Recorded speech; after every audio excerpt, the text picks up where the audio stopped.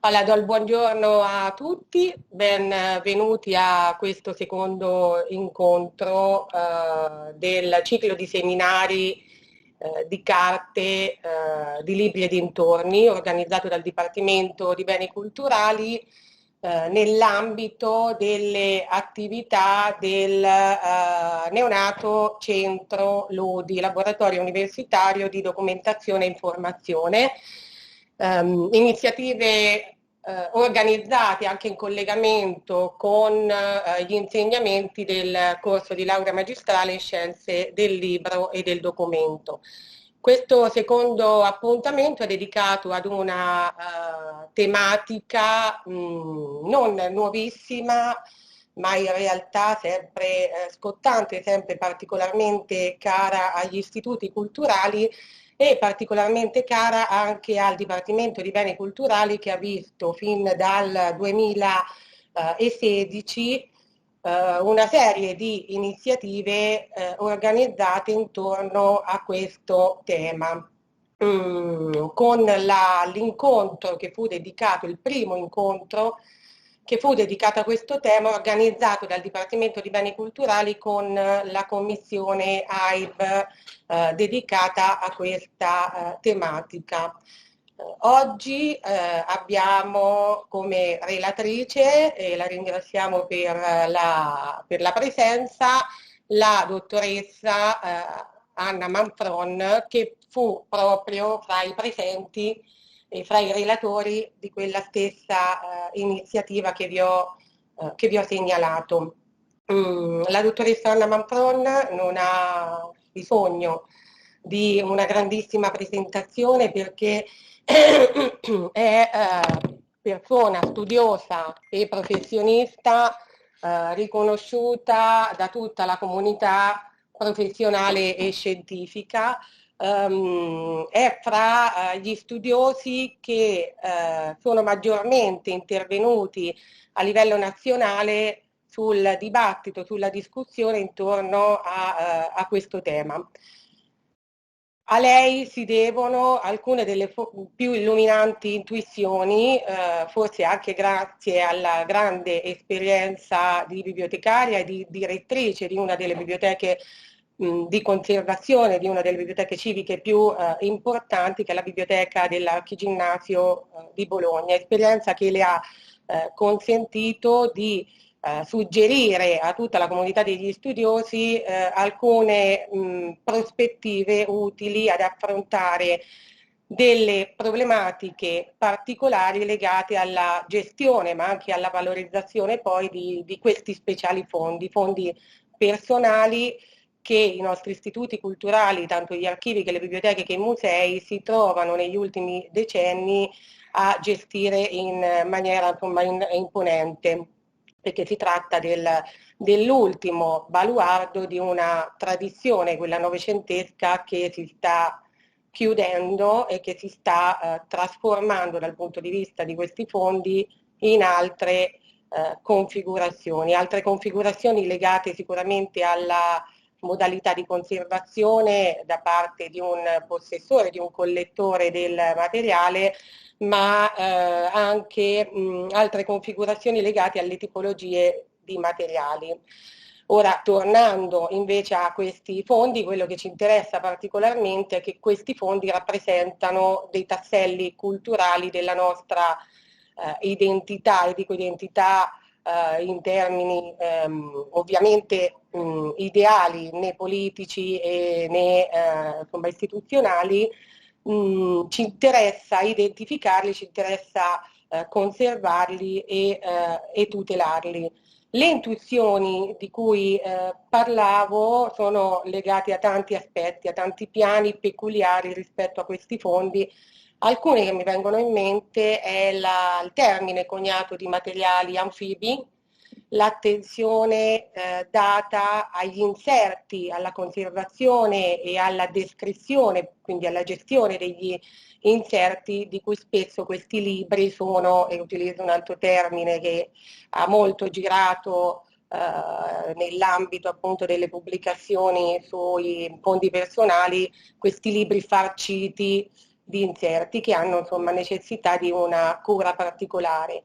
Ma l'altra intuizione che mi è particolarmente cara e che Anna Manfrone ha condiviso col professor Lorenzo Baldacchini è l'approccio a questi fondi personali come a fondi culturali, e quindi un approccio che era molto simile per tanti aspetti a quello dedicato ai fondi storici e per gli esemplari ai libri antichi, quindi anche nella descrizione dei volumi non ci si poteva più fermare ovviamente a livello di edizione, ma era necessario andare a recuperare, a descrivere al meglio, a indicizzare tutti quegli elementi che facevano che fanno di ciascun libro un esemplare unico, paragonabile quasi a un manoscritto o a un volume antico a stampa con particolari caratteristiche informative relativamente al possesso, alla proprietà, alla provenienza e all'uso. Io lascerei subito la parola alla dottoressa Manfron, che ringrazio per la disponibilità ancora una volta e che insomma, è sempre un piacere ascoltare. Il titolo della conferenza, come avete visto, fa riferimento sia alla gestione che alla valorizzazione. Ricordo se ne avesse scritto, ma ricordo insomma in una delle nostre conversazioni come anche mi avesse illuminato questa testimonianza di come si continua a riflettere su questi fondi, su alcune pratiche che le linee guida stese dalla commissione AIB indicava come quelle più idonee, ma che Anna Manfrona per certi aspetti segnalava non fossero quelle corrette, e che mi ha fatto riflettere come le linee guida vadano intese come linee guida, quindi non come norme, perché poi i casi dei fondi personali ed autore sono casi specifici dove il professionista deve tenere sempre presente il contesto istituzionale nel quale opera e le peculiarità di ciascun fondo, quindi sono linee indicatorie alle quali va accompagnata però insomma una consapevolezza contestuale anche di altro tipo. Lascio la parola alla dottoressa Manfron. Riesci a far partire il PowerPoint? Sì. Allora, che non sono condivido subito? Sì, sì. Sono abilissima. No, non c'è. Ecco. Eccolo. Ok. Partiamo dall'inizio.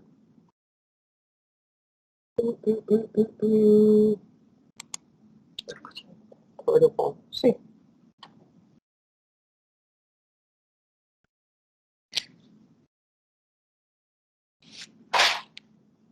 Ecco, cominciamo bene. Bene, buongiorno, grazie a tutti i coraggiosi presenti e anche chi è collegato appunto da remoto. Grazie alla professoressa Fiammetta Sabba che ha fatto una presentazione molto, molto lusinghiera e direi anche eccessiva. Comunque l'amicizia che ci lega forse giustifica anche insomma la sua cortesia. Fra l'altro appunto la professoressa Sabba ha fatto parte a sua volta della Commissione Nazionale dell'Associazione Italiana Biblioteche che da alcuni mandati appunto si è dedicata al trattamento di questi fondi di persona, alla riflessione teorica insomma sulla loro gestione e quindi, come dire, mi trovo qui forse un po' impropriamente perché insomma sicuramente la professoressa Sabba avrebbe potuto insomma fare questa, diciamo, questa conferenza forse molto meglio di me. Comunque ecco, ho aderito naturalmente molto volentieri all'invito di un'amica e quindi partiamo con l'argomento. Intanto in questa prima slide, così ho affiancato due immagini che possono essere evocative dell'argomento del quale parliamo questa mattina. Da una parte la scrivania e alcuni degli scaffali di Carducci nella casa del poeta, dello scrittore, una casa diciamo di scrittore aperta al pubblico nel 1921 a Bologna, quindi quest'anno è il centenario di questa casa di scrittore appunto visitabile anche da chi desidera semplicemente vederla, oltre che naturalmente con la possibilità di studiare i suoi libri ma anche il suo archivio. Dall'altra parte invece vediamo il professor Raimondi in mezzo ai suoi libri, un altro caso straordinario di biblioteca di persona, di fondo di persona, perché c'è anche l'archivio, che è stato acquisito dopo la morte del professore dalla Università di Bologna. Quindi due casi che entrano appunto già visivamente insomma, nel merito dell'argomento di cui vogliamo parlare. Allora, intanto partiamo con alcuni concetti generali per introdurre l'argomento a chi magari fra chi sta ascoltando non l'ha già affrontato in altre occasioni. Il tema, l'argomento è sicuramente molto vivo e diffuso, la problematica, diciamo così, in tante biblioteche italiane, non solo biblioteche appartenenti a istituzioni di carattere diverso, già la professoressa Sabba ha accennato a fondi di persona presenti in istituti come non solo archivi ma anche musei, oltre che naturalmente le biblioteche. Ma c'è l'altra grossa questione che quando io ho iniziato ormai una ventina di anni fa ad occuparmi di questo argomento, quasi per caso direi, il tema della convivenza tra questi fondi e la collezione generale delle biblioteche. Parliamo di biblioteche pubbliche, parliamo di biblioteche dell'università, insomma qualunque tipo di biblioteca ha una collezione generale e poi capita di avere questi fondi. Quindi devo dire la verità, i primi anni in cui io sono approdata all'Archiginnasio, ma anche prima nella mia esperienza alla Biblioteca Malatestiana di Cesena, non era ben chiaro nella visione dei bibliotecari il fatto di distinguere e quindi di evitare di far entrare questi fondi di persona, queste biblioteche private che magari venivano appunto offerte in dono alle biblioteche, la decisione se farle entrare o meno nella collezione generale. Poi gradatamente la consapevolezza è cresciuta negli anni, grazie appunto anche a quello che diceva Fiammetta, cioè le riflessioni che hanno portato i bibliotecari sempre di più a vedere questi fondi, anche se riferibili a possessori moderni, contemporanei, come diciamo insiemi di libri che pur certo, qualche libro antico in mezzo sicuramente capita che ci sia, ma sono prevalentemente costituiti da libri in edizione moderna, però appunto con delle caratteristiche tali da farli guardare un po' come insiemi di libri da considerare come, diciamo così, un patrimonio da tutelare, da guardare con un'attenzione sicuramente diversa, che so, dalla collana di narrativa che una biblioteca pubblica normalmente acquista e mette a disposizione per il prestito dei suoi utenti. Naturalmente, ecco, in questo tipo di biblioteche private la narrativa c'è, no? Quindi un romanzo che sta nella biblioteca, che so, di uno scrittore e il romanzo che sta nella collezione generale di una biblioteca di pubblica lettura è sempre lo stesso libro, cioè la stessa edizione, però, e qui si apre appunto la riflessione. Quindi innanzitutto, e mi rivolgo a chi fra voi, in particolare i presenti qui, ma sicuramente anche fra quelli che ci ascoltano da lontano, si sta formando come professionista che un domani appunto lavorerà nelle biblioteche o negli istituti culturali diciamo assimilabili. E cioè, attenzione, per affrontare appunto la gestione di questi fondi bisogna essere preparati, essere consapevoli che vanno prese delle decisioni non banali anche intanto sul momento dell'acquisizione, decidere se acquisire o meno un fondo di persona, poi la gestione, il trattamento, eccetera. Certamente la prima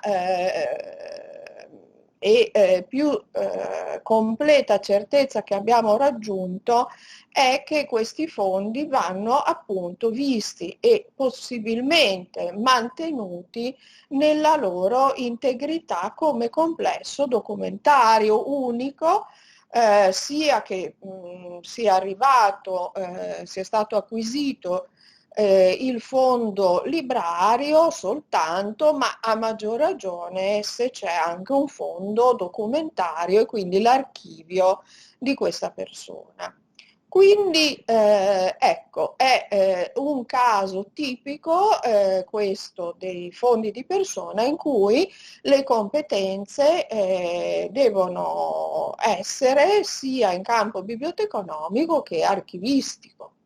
Meglio se nello stesso professionista si concentrano entrambe le competenze, ma diciamo se questo non è possibile, ecco, il bibliotecario deve poter contare sulla diciamo, collaborazione, sul lavorare insieme a qualcuno che abbia competenze archivistiche. Poi sulle competenze archivistiche relativamente ai fondi di persona bisogna stare un po' attenti perché non è l'archivistica più tradizionale, più generale, questa è un'archivistica un po' particolare, perché come i bibliotecari hanno iniziato a riflettere su questi fondi o qualche decina di anni fa, gli archivisti anche, insomma, vi dirò che ci sono fior di archivisti che scrivevano qualche decennio fa e hanno definito gli archivi di persona come archivi impropri, quindi che non li riguardavano poi più di tanto.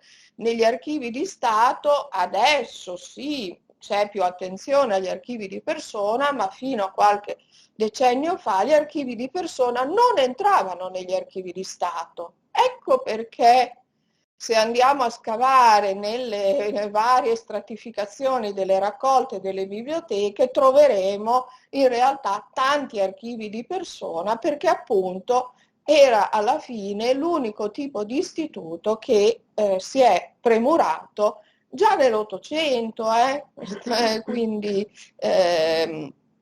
fra fine Ottocento e inizio Novecento, di accogliere anche questi archivi di persona, oltre che naturalmente anche i libri appartenuti a persone o famiglie. Ecco, veniamo a definire un po' il fondo personale e la relazione con il suo possessore, chiamiamolo così. Questa è una definizione appunto che io ho tratto, copiato dalle linee guida sul trattamento dei fondi personali che appunto sono state pubblicate nell'ultima versione nel 2019 dalla Commissione Nazionale Biblioteche Speciali, Archivi e Biblioteche d'autore appunto dell'Associazione Italiana Biblioteche, linee guida che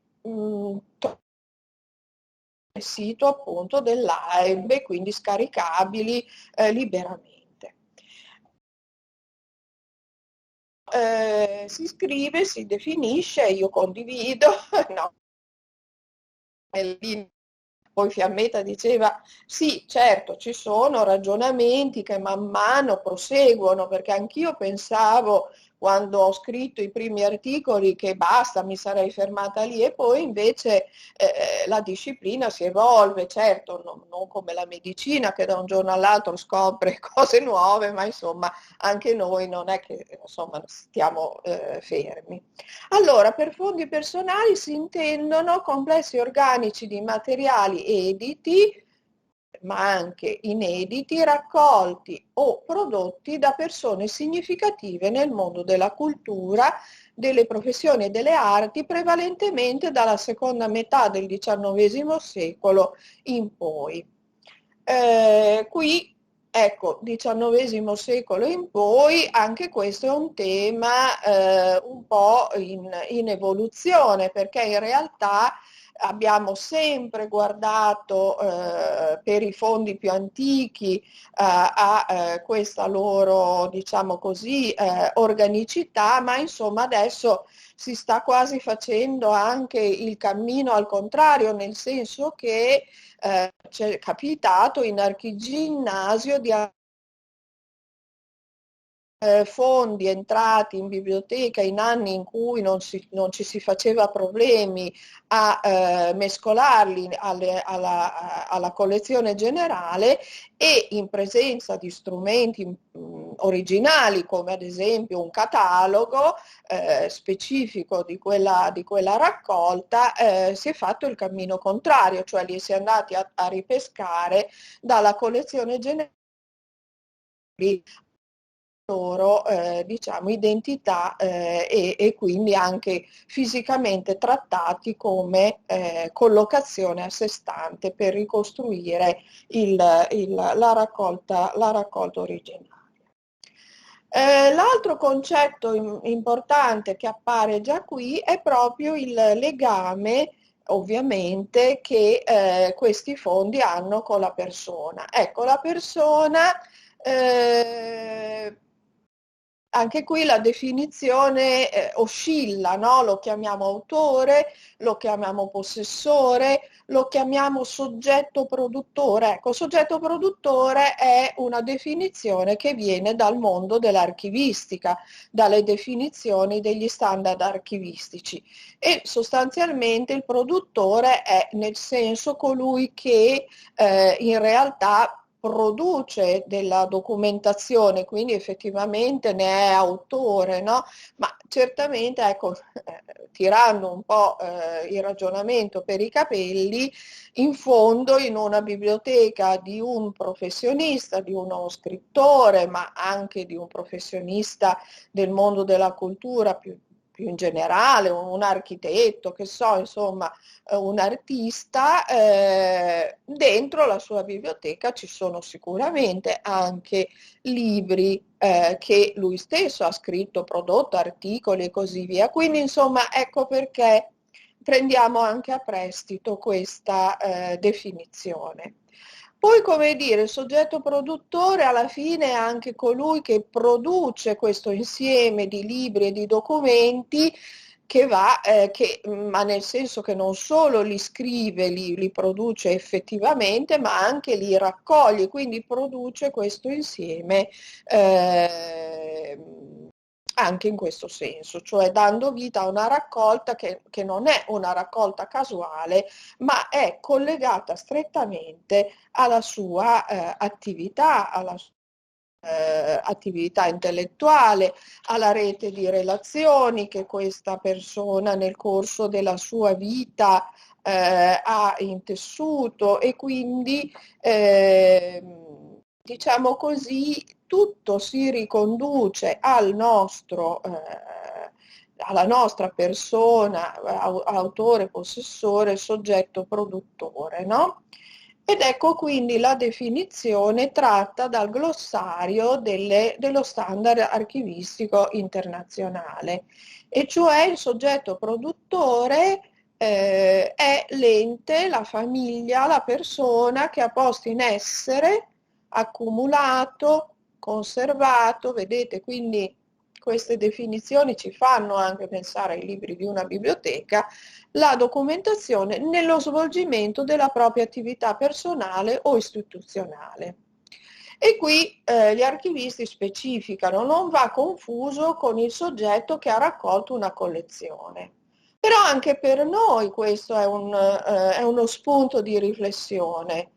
La raccolta di un bibliofilo, di un collezionista puro, la possiamo considerare biblioteca di persona nell'accezione che ho ricordato prima, cioè di un insieme di libri legati strettamente alla attività intellettuale o professionale della persona?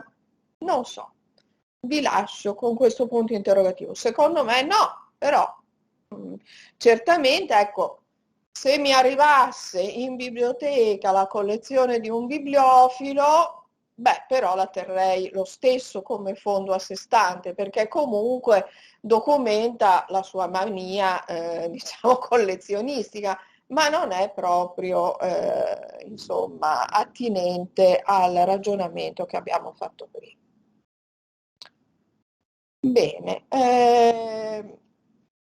ecco, l'autore, e dopo vi leggo qualche testimonianza, perché l'autore, insomma, possessore, persona, non so, vabbè, perdonatemi, magari userò spesso la parola autore, però insomma è diciamo la persona, quindi il perno attorno al quale tutto si riconduce nel nostro ragionamento, no?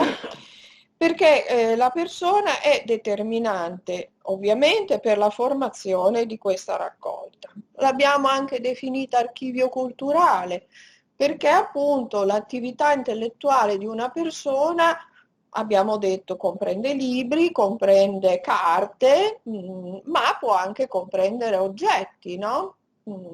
Bacchelli, questo è il caso che abbiamo sotto gli occhi, il cui archivio culturale è in Archiginnasio, ci sono libri, ci sono le sue carte, tutto il suo archivio di scrittore, ma ci sono anche quadri, dischi, video, no, video forse no, però insomma tante cose che appunto nel loro insieme, con una felice definizione Luigi Crocetti, che ha diretto per in anni importanti il VSE, definì appunto nel suo complesso archivio culturale.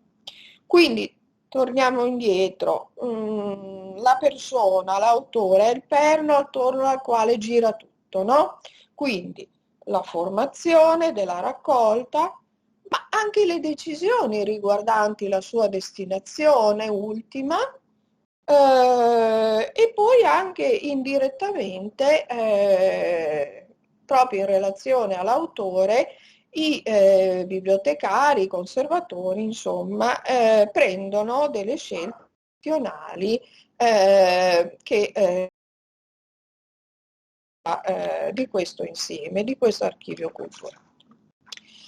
Ecco, Bacchelli, io in Archiginnasio, quando ho cominciato a occuparmi di questo fondo, i suoi libri mi sono sembrati pochissimi, pochissimi, pensando a quanto ha scritto, a quanto ha prodotto Bacchelli, ho detto, ma che pochi libri. Poi, andando a caccia di sue dichiarazioni molto rare, quindi difficili anche da trovare, comunque, vedete, nel 1947 in un'intervista lui dice: io un libro quando l'ho letto non mi serve più. Quindi lui, è chiaro, spesso li ha eliminati i suoi libri.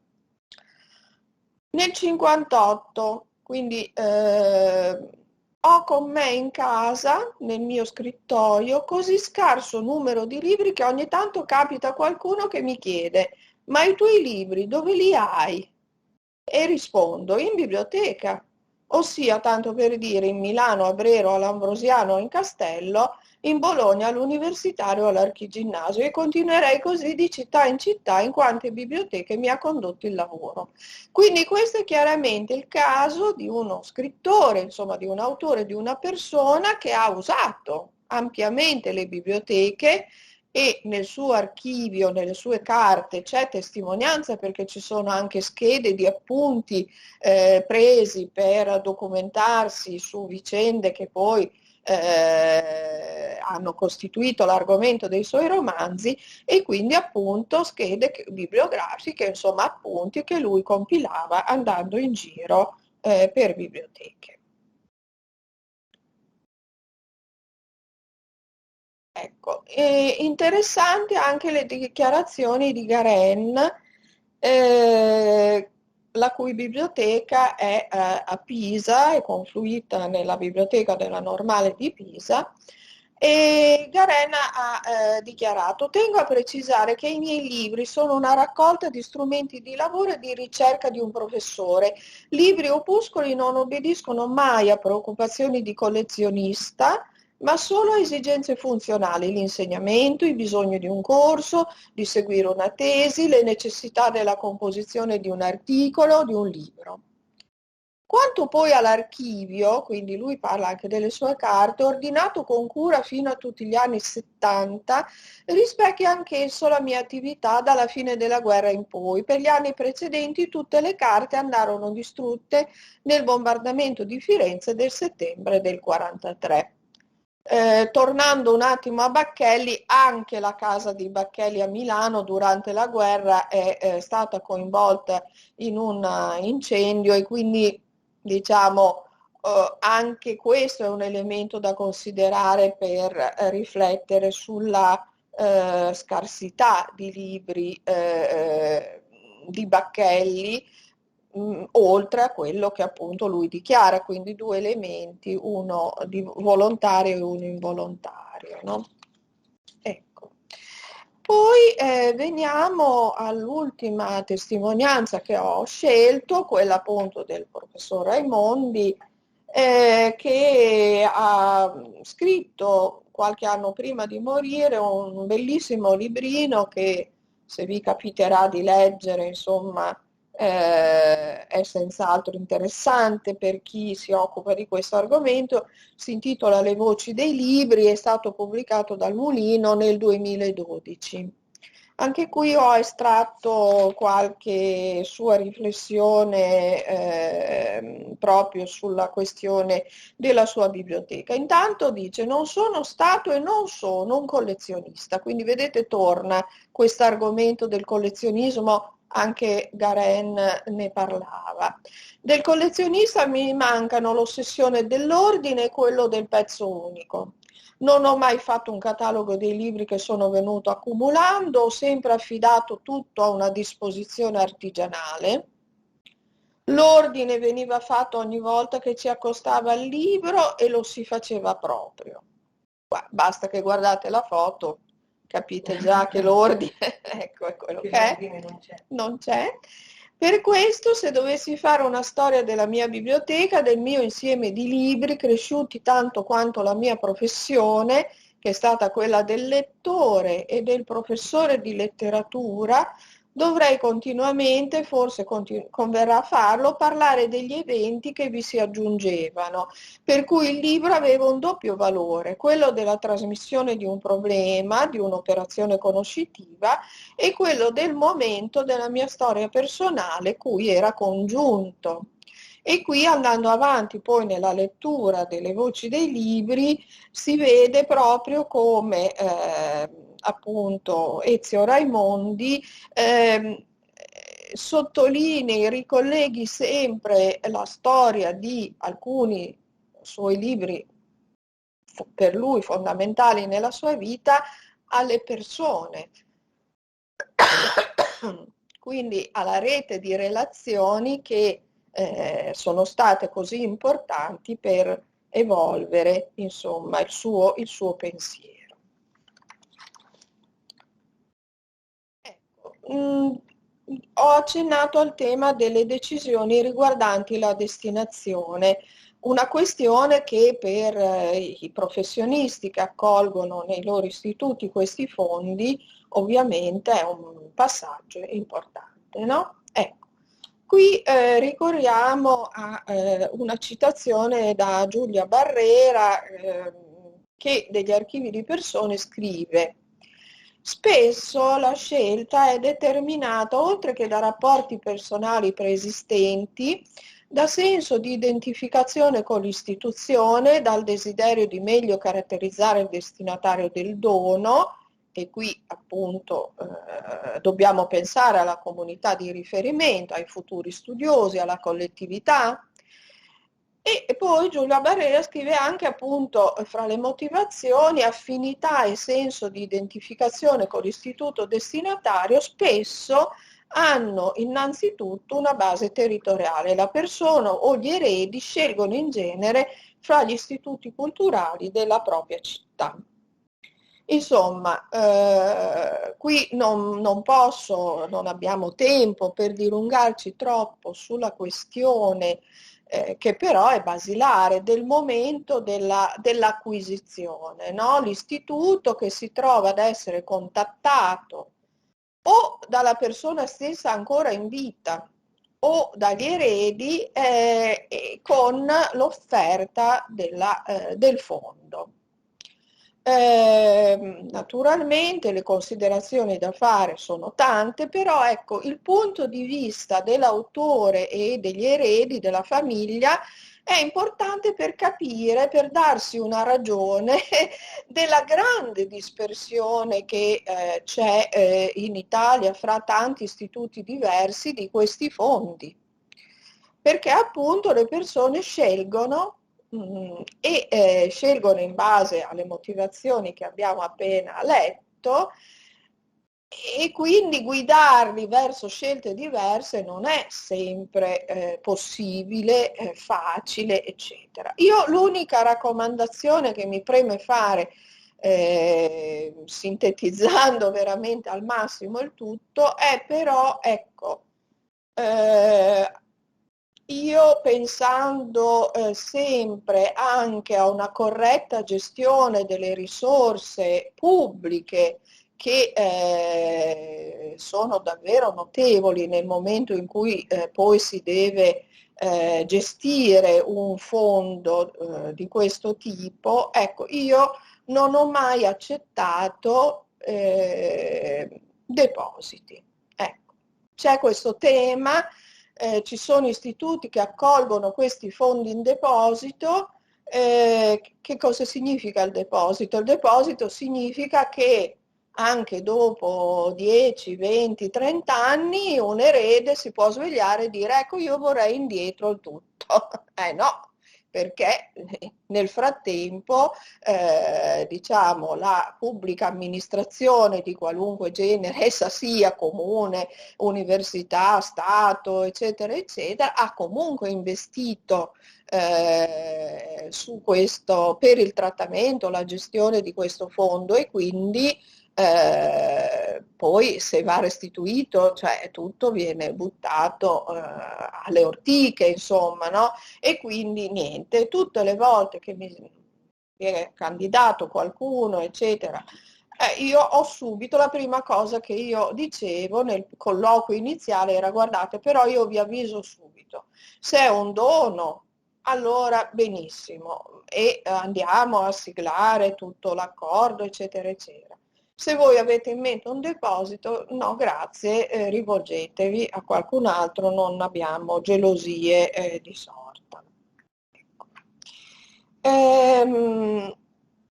Naturalmente, ecco, questo tema, voglio tornare un attimo su quello che qui viene sottolineato più volte, cioè di andare a scegliere come destinatari del fondo biblioteche che siano strettamente collegate al territorio, diciamo così, o alla collettività di elezione della persona, è molto importante. Fiammetta mi insegna, si è occupata del rapporto fra questi fondi e la storia pubblica, insomma, no? Quindi il legame e poi il restituire alla collettività il significato, il contenuto e tutto quello che portano al loro interno questi fondi di persona e diciamo la radice sta proprio nel legame della persona con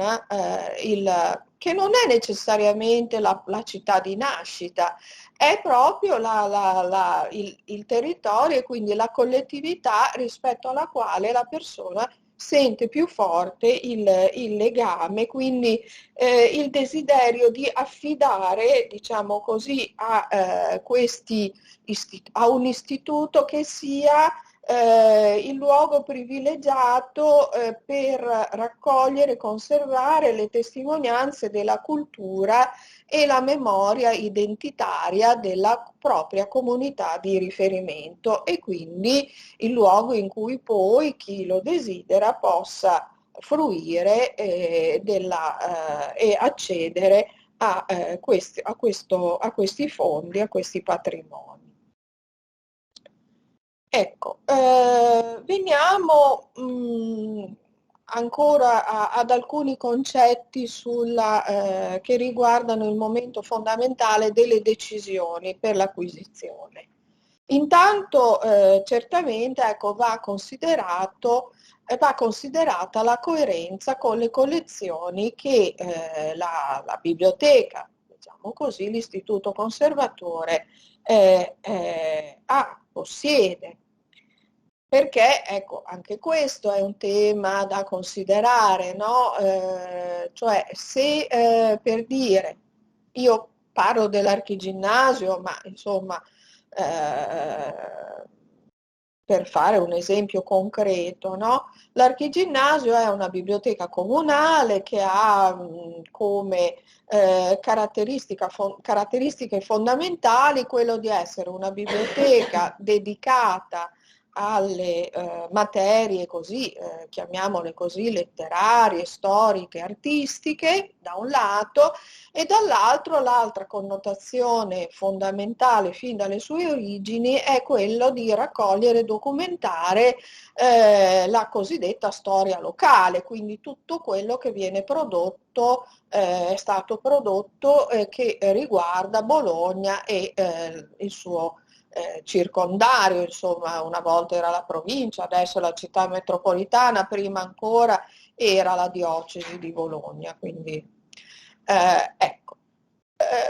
Quindi domanda, ci si presenta qualcuno che dice io sono l'erede di un architetto che ha lavorato soprattutto, un architetto diciamo non bolognese, che ha lavorato soprattutto, che so, in Toscana, e però ecco io so che voi accogliete questi fondi e quindi volete la biblioteca e l'archivio di mio babbo, di mio nonno, perché io devo sgombrare casa, ecco, perché arrivano con queste, cioè molto semplicemente, spesso gli eredi arrivano con queste parole, no? Ecco.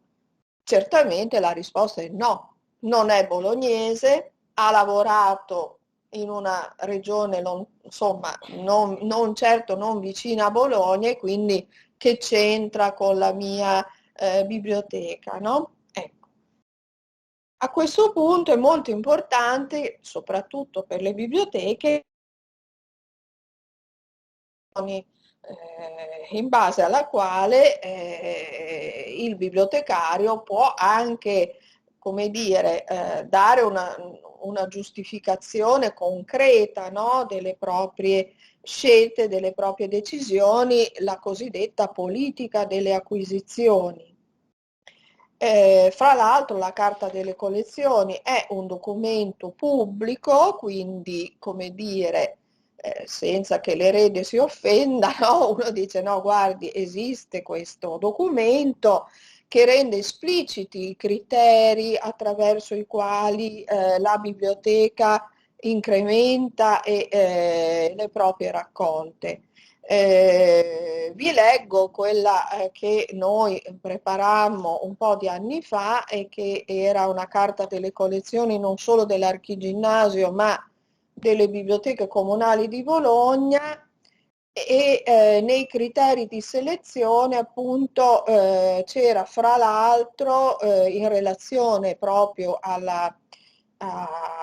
all'articolo riguardante i fondi librari questa indicazione come criterio di selezione. L'istituzione incrementa occasionalmente tramite donazioni o lasciti testamentari l'insieme dei fondi librari, cioè le biblioteche formate da una persona o da un ente, valutandone l'importanza ai fini dell'integrazione del patrimonio e i criteri principali di selezione sono la coerenza con le raccolte già possedute e l'interesse locale, perché come vi dicevo, per quanto riguarda le biblioteche comunali di Bologna, in particolare l'Archiginnasio, c'era fin dall'Ottocento al momento della fondazione questa che adesso noi chiamiamo mission, cioè quella appunto di documentare la cultura locale.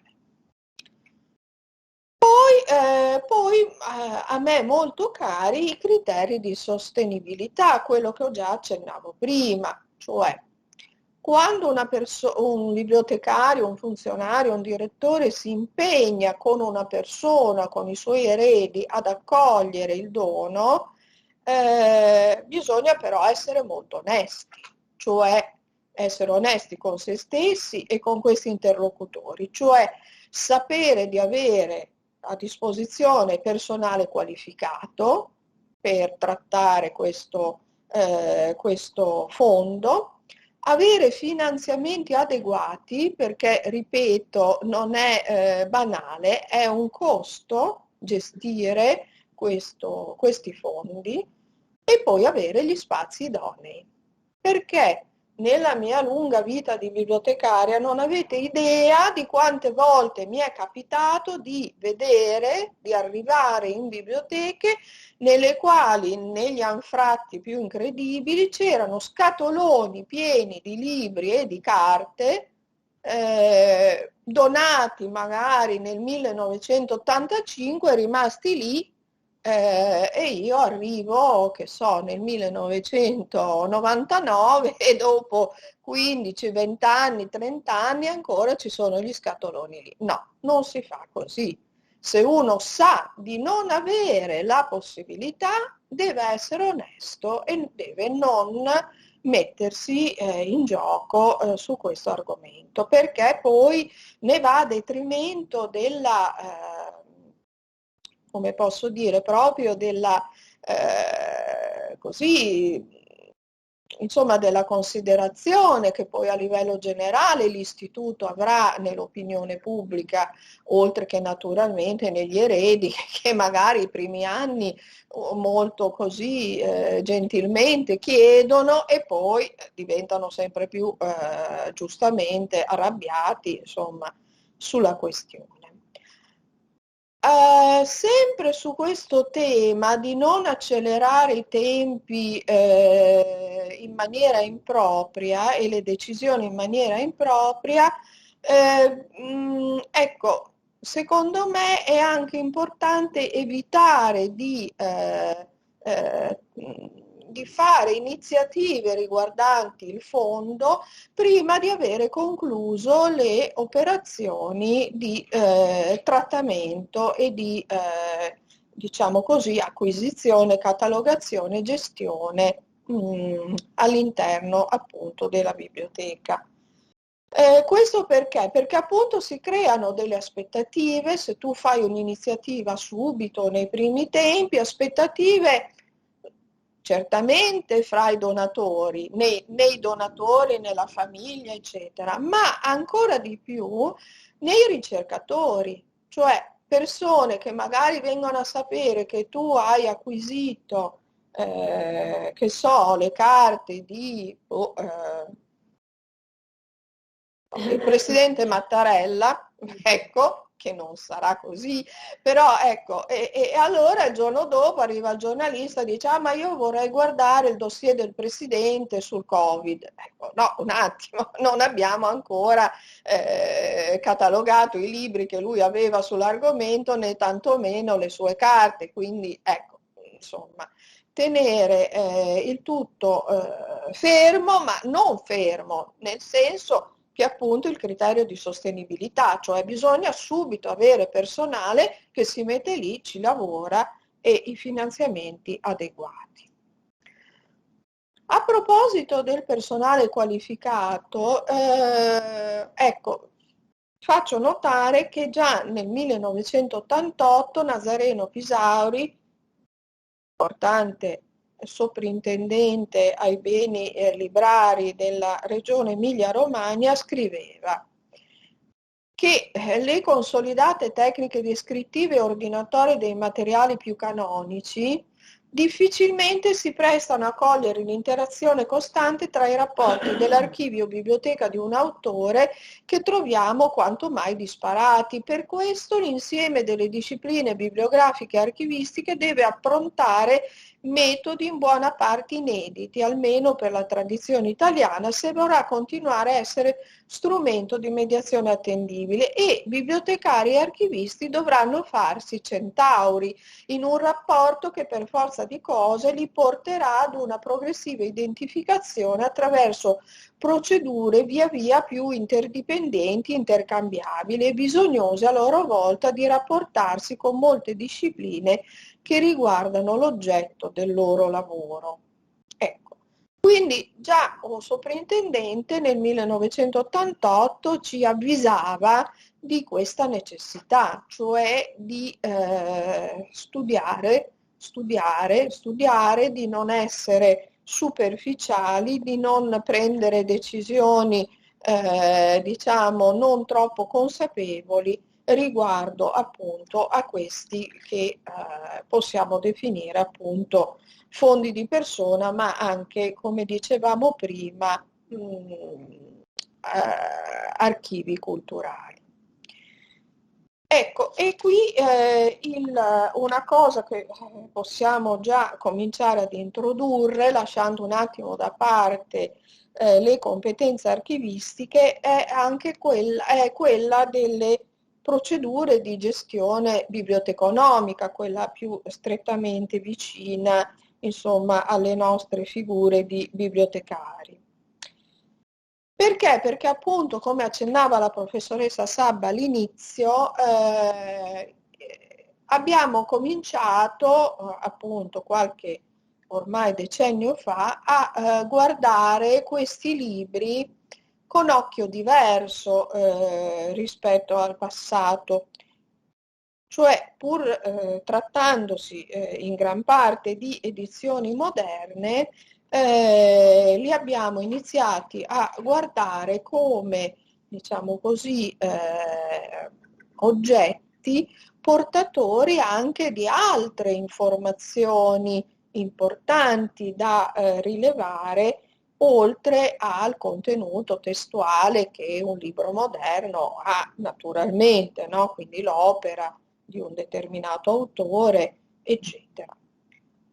Cioè dobbiamo guardare con le competenze ben sviluppate e con la consapevolezza adeguata a questi esemplari, a questi oggetti, concependo appunto la loro catalogazione non solo come la descrizione bibliografica dell'edizione, ma appunto come la descrizione dell'esemplare, inteso proprio come oggetto fisico, come oggetto storico, carico di più o meno evidenti tracce dell'uso che l'autore, il possessore e la persona ha lasciato appunto su questo libro, sul libro, lui o comunque le persone che sono state in relazione con lui. Ecco,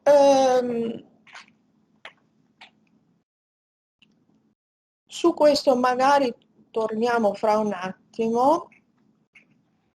Intanto non ti ho detto prima, quando vuoi fare una pausa, te lo ritieni? No, per ora io posso andare avanti. Ecco, anche qui andiamo per grandi concetti perché non abbiamo il tempo e il modo di approfondire ogni passaggio, però ecco, il concetto fondamentale, ne abbiamo già accennato, ma ci torniamo sopra, è che subito dopo l'acquisizione dobbiamo programmare un trattamento biblioteconomico che parta proprio dalla decisione di rispettare l'organicità della raccolta.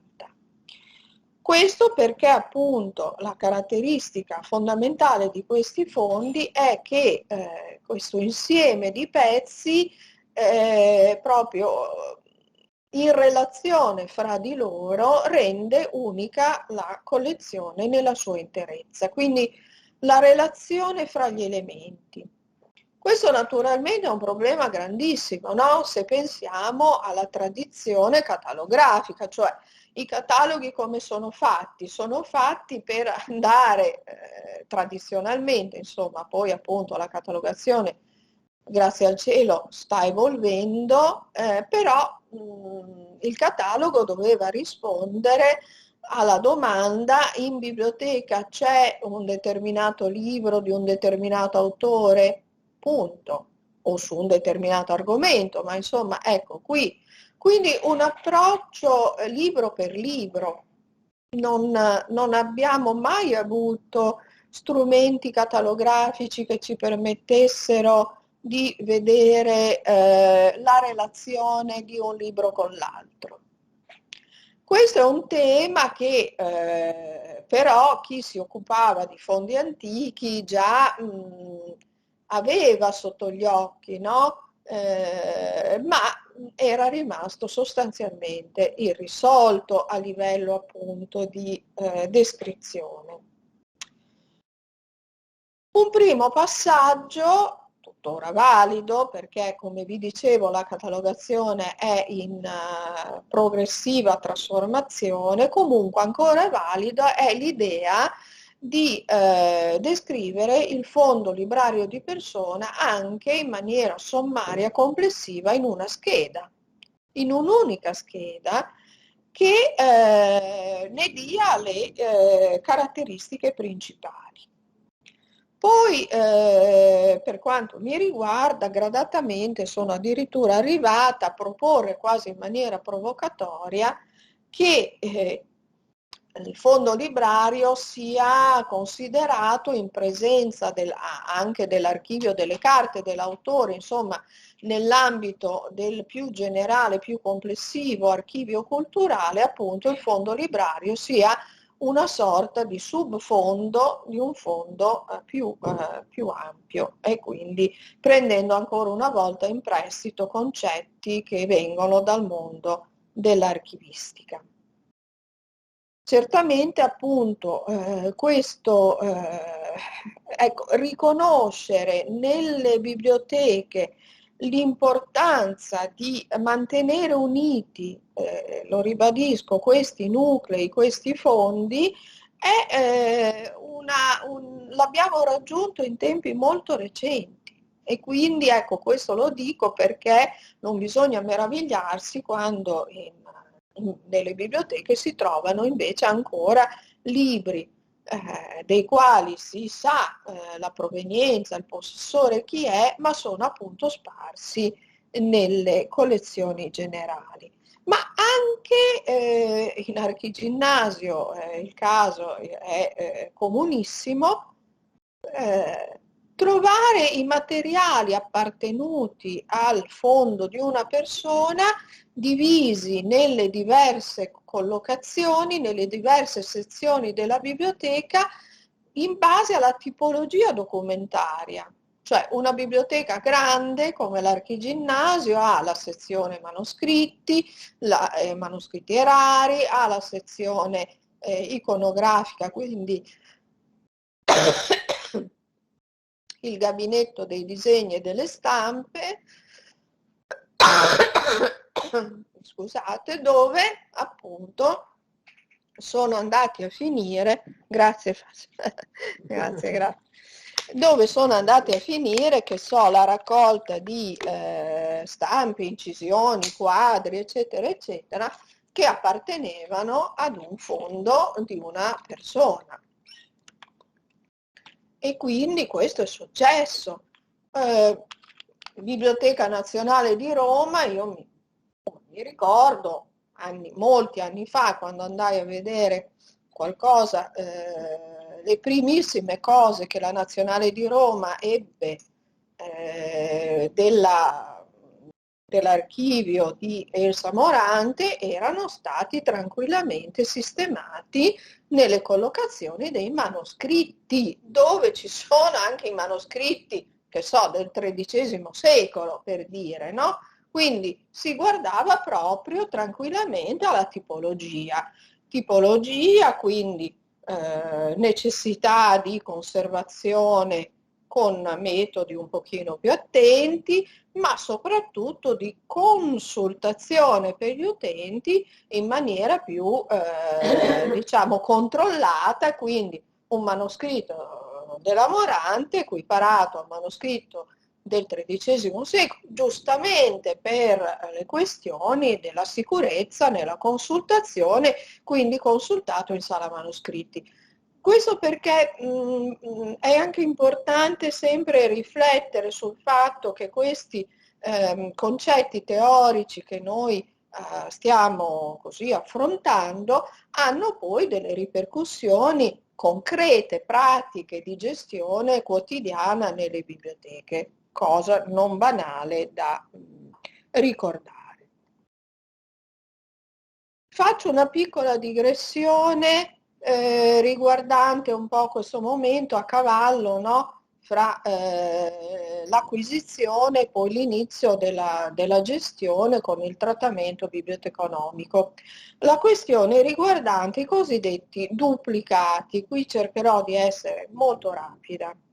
Cosa succede? Che quando un fondo appunto di persona arriva in biblioteca, il caso tipico davanti al quale mi sono ritrovata molte volte è quello che questi intellettuali avevano tutti in casa l'enciclopedia Treccani, ok? Quindi, ma dico l'enciclopedia Treccani per fare un esempio, ma può essere un romanzo, può essere che naturalmente nelle collezioni generali della biblioteca ci sono. Allora, domanda. Conserviamo anche la ottava copia dell'enciclopedia Treccani o pensiamo di eliminarla? Altra domanda, nella biblioteca dell'autore, di un autore, ci possono essere 10 copie di una sua opera, di un'edizione di una sua opera. Le conserviamo tutte? Quindi abbiamo il tema dei duplicati, fra virgolette, esterni, nel senso in rapporto alle collezioni generali della biblioteca, e dei duplicati interni alla biblioteca stessa, al fondo stesso, no? Ecco. Bene. La decisione su cosa fare di questi duplicati naturalmente è condizionata da quei criteri che abbiamo guardato prima. Uno di quei criteri, quantomeno, quello dello spazio fisico, cioè lo spazio fisico nelle biblioteche è oro. I metri lineari di scaffali costantemente si esauriscono e costantemente le biblioteche vanno alla ricerca di spazi ulteriori per ingrandirsi. Solo le biblioteche di pubblica lettura devono operare uno scarto tale per cui la collezione non cresce mai, perché tanti libri entrano, teoricamente tanti libri dovrebbero uscire, cioè lo svecchiamento delle collezioni in una biblioteca di pubblica lettura deve essere un'attività costante e tassativa, direi, oltre che costante. Ma in biblioteche, chiamiamole così, di conservazione, quelle che normalmente hanno questi fondi di persona, ecco il tema sicuramente c'è. C'è il tema degli spazi, c'è il tema dei duplicati interni, esterni, eccetera, eccetera. Noi in Archiginnasio ci siamo dati dei criteri che appaiono ancora una volta nella carta delle collezioni, in modo da renderli espliciti, anche in questo caso non solo per i bibliotecari, anche i nuovi bibliotecari che arrivano, la prima cosa, una delle prime cose, gli si dà da studiare la carta delle collezioni, ma anche, come dicevo prima, è un documento pubblico e quindi anche per i cittadini, per gli studiosi, per tutto. Ecco, i nostri criteri erano quelli che diciamo non entravano a far parte del patrimonio, quindi venivano scartati con però questi criteri. Intanto appunto diciamo scartati con queste eccezioni, ecco, sono importanti le eccezioni.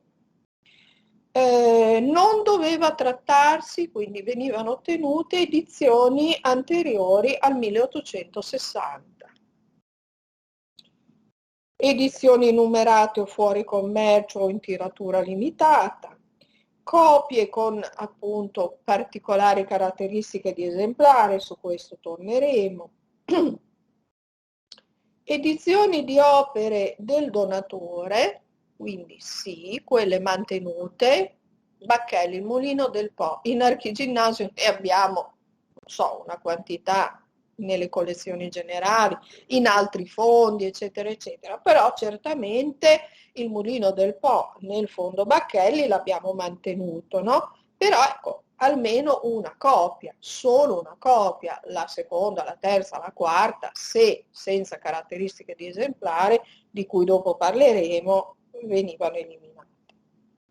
Naturalmente poi l'altro caso è se la copia nel fondo di persona, come spesso accade, è in migliori condizioni conservative rispetto alla copia presente nelle collezioni generali, allora sì, viene mantenuto anche se è duplicato. Questo è un caso che capita spesso e che però implica molto lavoro per i bibliotecari che devono andare a controllare tutte le altre copie presenti in biblioteca. Ad esempio, pensando a edizioni così degli anni 50, 60, anche 70, in biblioteca spesso i libri venivano rilegati, si perdeva quindi la veste editoriale originale, la copertina originale. A quel punto è chiaro che il libro che sta nel fondo d'autore viene conservato, anche se duplicato.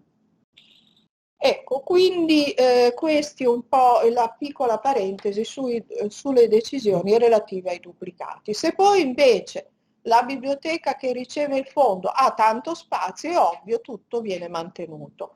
Comunque la nostra attività poi comprendeva il fatto che veniva sempre redatto un elenco dei duplicati eliminati, sistemato questo elenco in archivio in modo tale che un domani lo studioso che voglia comunque rendersi conto di qual era la consistenza originaria del fondo di persona, anche compresi i duplicati, ha appunto la possibilità, sempre la possibilità di sapere, di fare.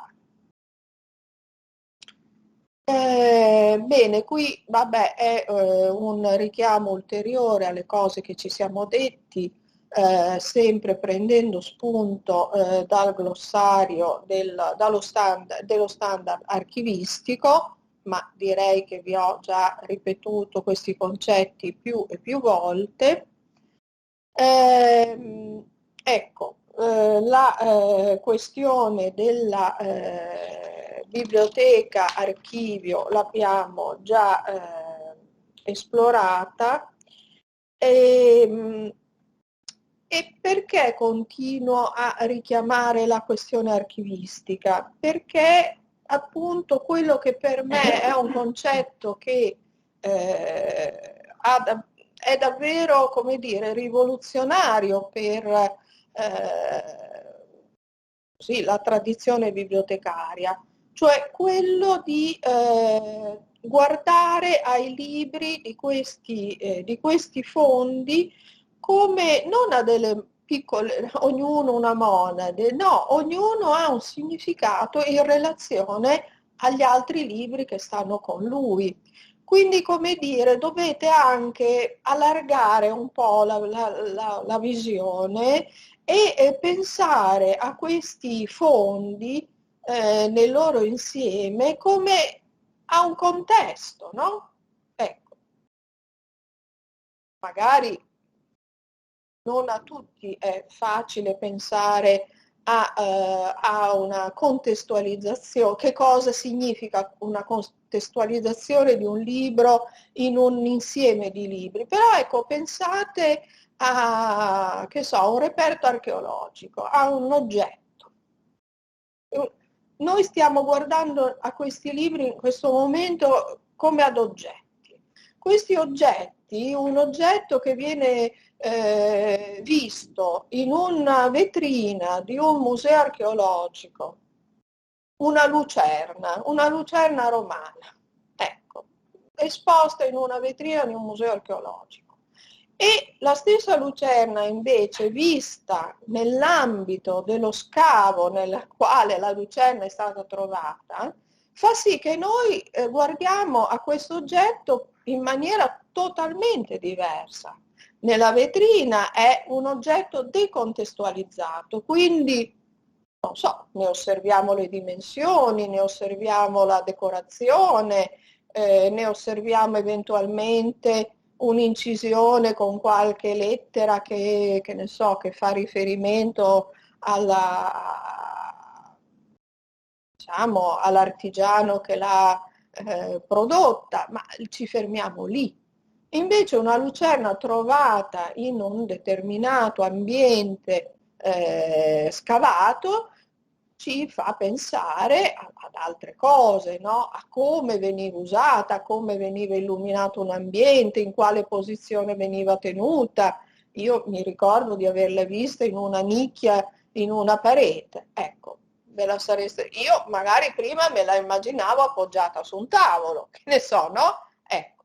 Insomma, proprio questo concetto spero di riuscire ad averlo trasmesso, e cioè il fatto che appunto questi libri, queste carte, questi documenti, questi quadri, queste incisioni, queste cose che facevano parte appunto, che stavano nella casa della persona, hanno una relazione appunto fra di loro.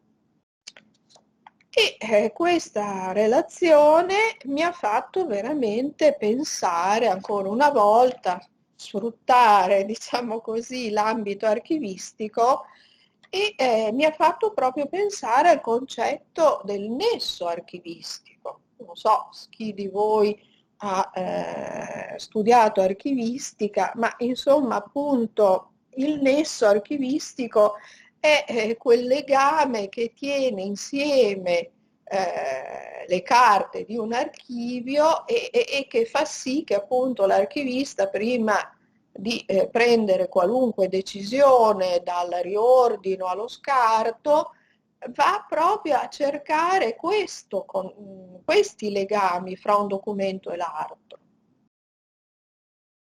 Le relazioni appunto fra i documenti e le relazioni, la relazione principe, quella appunto con la persona.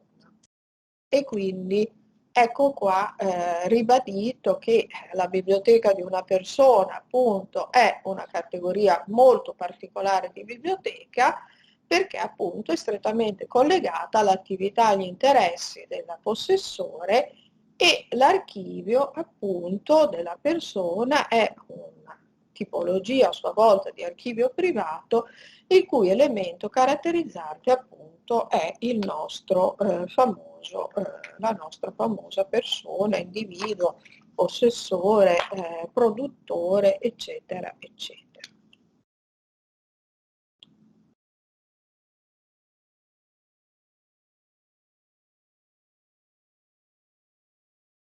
Alla luce di tutte queste riflessioni è arrivato quello che appunto vi dicevo prima, che è un po' scandalizzato sia i miei colleghi bibliotecari. Io ho sempre avuto ecco, sono come dire anche la punta dell'iceberg di pensieri scambiati costantemente con bibliotecari e archivisti dell'Archiginnasio, perché poi sempre in questa visione, insomma lo dico sempre con orgoglio, l'Archiginnasio è stata forse la prima biblioteca in Italia che ha volutamente reclutato con un concorso anche degli archivisti come personale di ruolo all'interno appunto dello staff della biblioteca.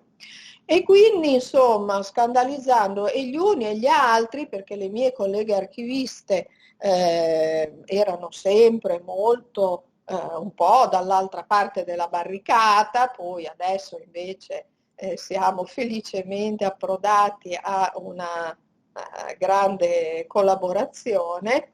Il professore Petrucciani è una convergenza. Abbiamo fatto la convergenza, sì.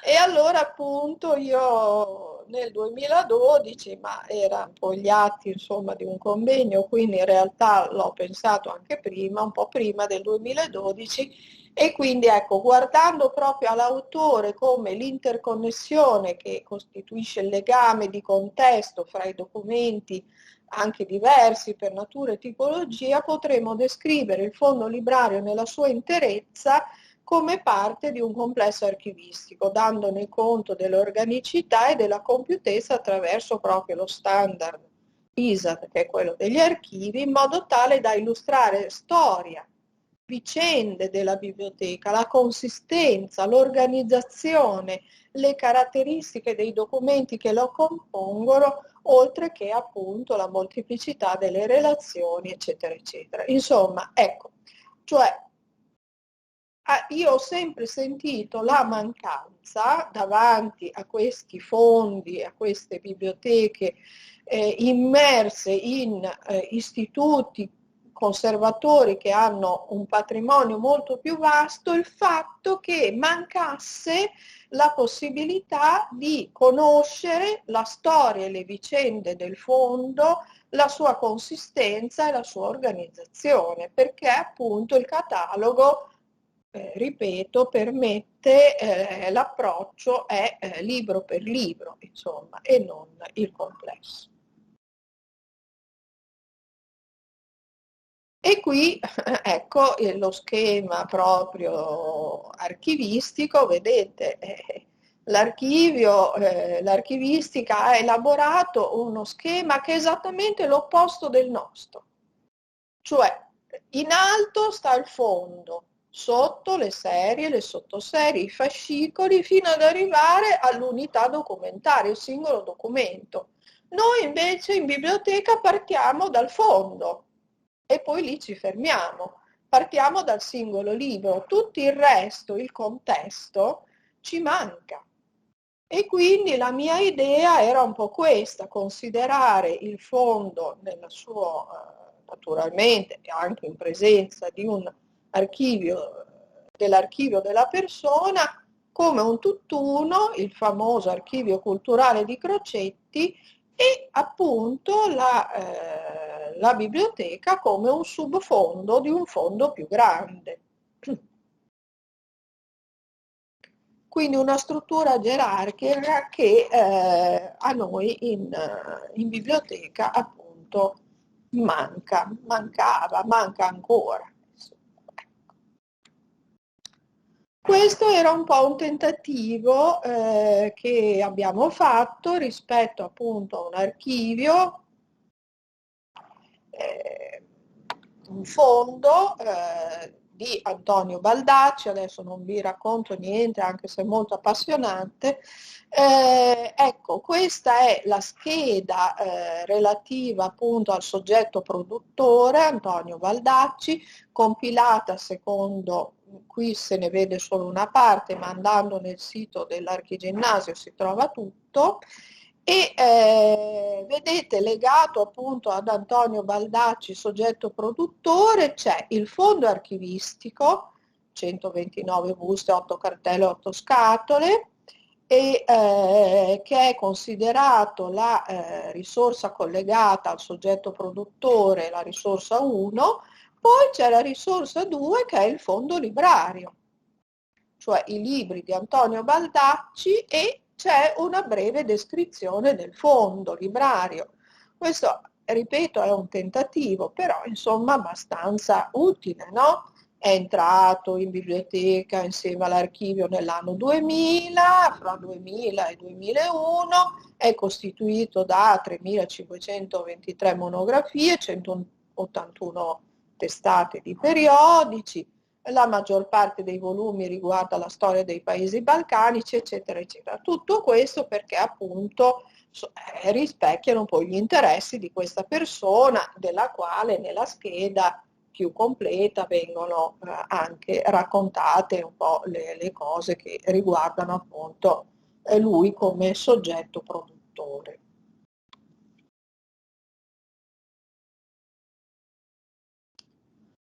Bene, passiamo adesso sempre nell'ambito della gestione all'organizzazione della collocazione di questi fondi. Naturalmente anche qui tutto dipende dall'organizzazione fisica, insomma anche fisica della biblioteca, cosa si può fare tenendo conto delle modalità di fruizione da parte del pubblico, delle esigenze di conservazione, di tutela, ma anche dell'esistenza di un ordinamento significativo dell'autore stesso, della persona stessa.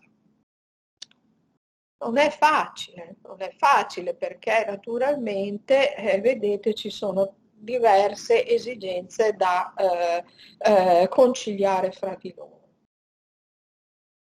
Naturalmente la situazione ideale sarebbe quella avere una o più stanze nelle quali collocare il fondo nella sua interezza, poter far accedere il pubblico direttamente a queste sale e nelle sale stesse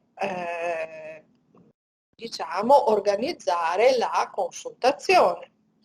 Ma ecco, tenete conto che in archiginnasio di fondi di persona, non so, ne abbiamo 50, 60, adesso non mi ricordo perché poi crescono continuamente. Non si possono avere 50, 60 sale di consultazione e di collocazione di questi fondi. Quindi naturalmente l'accesso diretto, insomma, questo nella gran parte dei casi non è possibile. Quindi anche decidere in quali sale far consultare questi libri è importante per decisioni che poi fanno ancora una volta i conti con le caratteristiche degli esemplari, delle copie, cioè l'esempio che citava prima la professoressa Sabba, un libro farcito, una sorta di grande panino pieno di foglietti di appunti della persona. Ecco, lo facciamo consultare in una sala di carattere generale dove c'è anche chi consulta un giornale, chi guarda un volume di enciclopedia, eccetera, oppure sicuramente invece la consultazione di un libro di questo tipo deve avvenire in una sala controllata, perché un attimo togliere un foglietto, metterselo in tasca e portarsi a casa un autografo di Pierpaolo Pasolini o di Giuseppe Ungaretti, cioè, ecco, no? Cose che al di là della loro importanza come documento, diciamo così, intellettuale, storico, eccetera, eccetera, sul mercato hanno anche un valore patrimoniale, no, non si può. Questo assolutamente non si può. Quindi o davvero una sala controllata, è benissimo, oppure ecco che allora nasce il tema, togliamo gli inserti, eccetera, eccetera, di cui parleremo dopo. L'altro tema è quella dell'ordinamento d'autore e quindi la necessità di registrare puntualmente prima del trasferimento del fondo dalla sede, cioè dalla casa della persona, della famiglia, degli eredi, la collocazione di ogni libro. Ancora di più importante questa cosa riguardante i documenti, se c'è anche l'archivio della persona, e poi riprodurre, per quanto riguarda la biblioteca, la collocazione.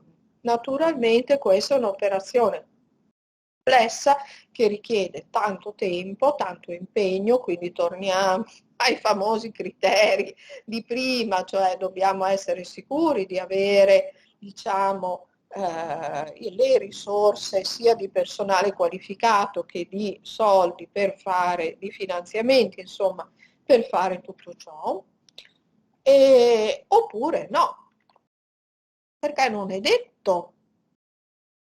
Ecco, questo è un caso, no? Questo è un caso. Il fondo Arcangeli in casa appunto dell'ultima sorella di Bianca Arcangeli. Questo è un altro caso, Wanda Bergamini. Ecco, davanti a tutto questo arrivava la squadra delle mie colleghe bibliotecarie e archiviste insieme. In casa inizia la ricognizione. Si prendono appunti, si fanno foto, si guarda per capire se, ovviamente, quando la persona è morta e non c'è nessuno che ti può raccontare, per capire se c'è un ordinamento significativo oppure no.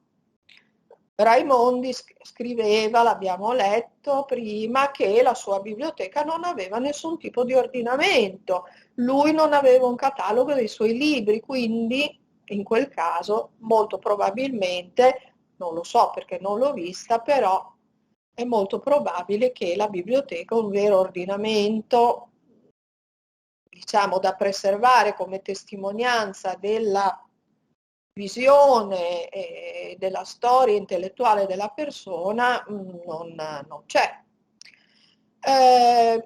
Un altro caso invece, ecco, no, tornando ai fratelli Arcangeli, c'era sì la sorella, l'ultima, erano 4 fratelli, tutte le loro cose in gran parte mescolate. Lei stessa l'ha testimoniato. Lei stessa ha fatto entrare in casa studiosi vari che quindi hanno mescolato le cose. Qualcuno ha tentato di fare il catalogo dei libri, vedete, si intravedono delle etichette nella foto a destra, ma persone inesperte, non dei bibliotecari, quindi hanno confuso ancora di più le cose.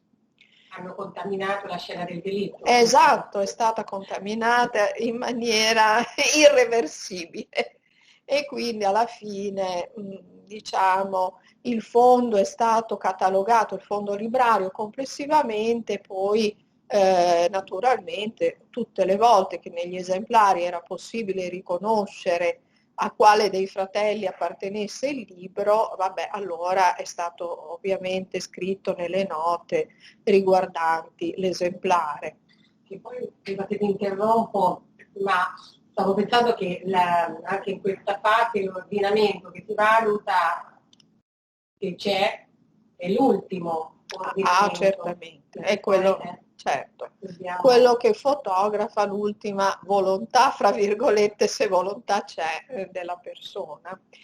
Ecco, ed è proprio il caso della biblioteca di Luciano Anceschi. Adesso qui non ho la foto dei libri, ma ho la foto della piantina dell'appartamento, della casa di Anceschi, che ha deciso il dono della biblioteca quando lui era ancora in vita.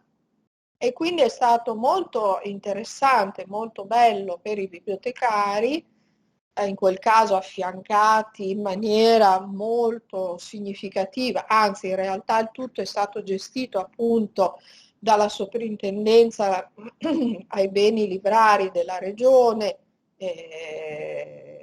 ai tempi in cui appunto era soprintendente Nazareno Pisauri, di cui abbiamo letto prima, e quindi questa felice circostanza di una soprintendenza attenta già all'epoca a queste tematiche e del professore che vivo decide la destinazione e a quel punto permette, aiuta lui e poi morto lui la moglie, aiutano, diciamo così, i professionisti della soprintendenza a fare tutta questa operazione.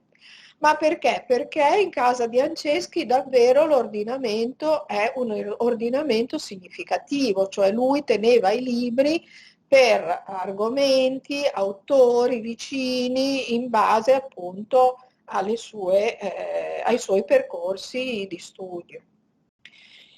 E quindi tuttora i libri hanno queste collocazioni, a parte ovviamente la prima definizione del fondo Anceschi, perché questo è il metodo che in Archiginnasio è stato usato per i fondi, cioè la collocazione inizia sempre col nome della persona, quindi del fondo, e poi nei libri troverete questa collocazione D 4057. Allora, D è la stanza, quindi questo libro stava nella sala. Stava poi nel palchetto 40, quindi andiamo a cercare 40 è qua, in questo gruppo, e poi il 57 è il numero di catena del singolo volume. Ma diciamo, questa organizzazione topografica sta in un deposito dell'Archiginnasio e è un vero peccato che le persone non possano andarci. Io però qualche studioso, quando è necessario, lo accompagnavo, stavo lì con lui o con lei, ma per me, bibliotecaria arrivata appunto in Archiginnasio più di 20 anni fa, l'emozione di andare davanti a quegli scaffali e trovarmi, per dire, insomma, il caso dei libri di Pasolini, con le dediche di Pasolini ad Anceschi, tutti vicini lì, o quelli di appunto Ungaretti, note, manoscritti, libro per avere un suo consiglio su l'argomento, insomma, su un determinato tema, eccetera, è veramente straordinario. E lui li aveva appunto organizzati in questo modo. Quindi ecco anche questo aspetto della gestione che sono le decisioni riguardanti l'organizzazione fisica, la collocazione fisica di questi fondi in biblioteca è un tema che arriva sempre lì, alla questione del rispetto dell'unità, l'organicità, il contesto, cosa salviamo del contesto, cosa riconosciamo, eccetera, eccetera. E quindi... Marga, se posso, c'è una domanda del professor Allegretta in chat, se la posso porre. Certo. Una possibile soluzione rispetto alla possibilità di sottrazione dei biglietti presenti nei libri farciti, esempio contenenti autografi di personaggi illustri, potrebbe essere quella di sottoporli a processi di digitalizzazione e renderli disponibili in tale forma? Ci sono varie difficoltà, che tutte risolvibili. Nella biblioteca Anceschi non li abbiamo contati, ma sono migliaia e migliaia. Quindi questioni proprio di tempo, di quantità, di disponibilità, i famosi criteri di cui prima. Poi c'è anche la questione della, cioè certo li puoi digitalizzare, ma li devi mantenere consultabili soltanto in sede, perché ci sono le problematiche relative da un lato al diritto d'autore e dall'altro alla privacy. Ecco, quindi certo la digitalizzazione è una grande manna, però naturalmente ci sono queste questioni a monte, no? La sostenibilità dell'affrontare una campagna di digitalizzazione che implica, ma non è tanto come dire digitalizzare, ci posso mettere anche una persona non particolarmente preparata, ma è poi la gestione di questi file digitali, poi come li organizzo, come li collego, a che cosa, cioè in quale database li metto, come li strutturo, che cosa immagino, no? Ecco.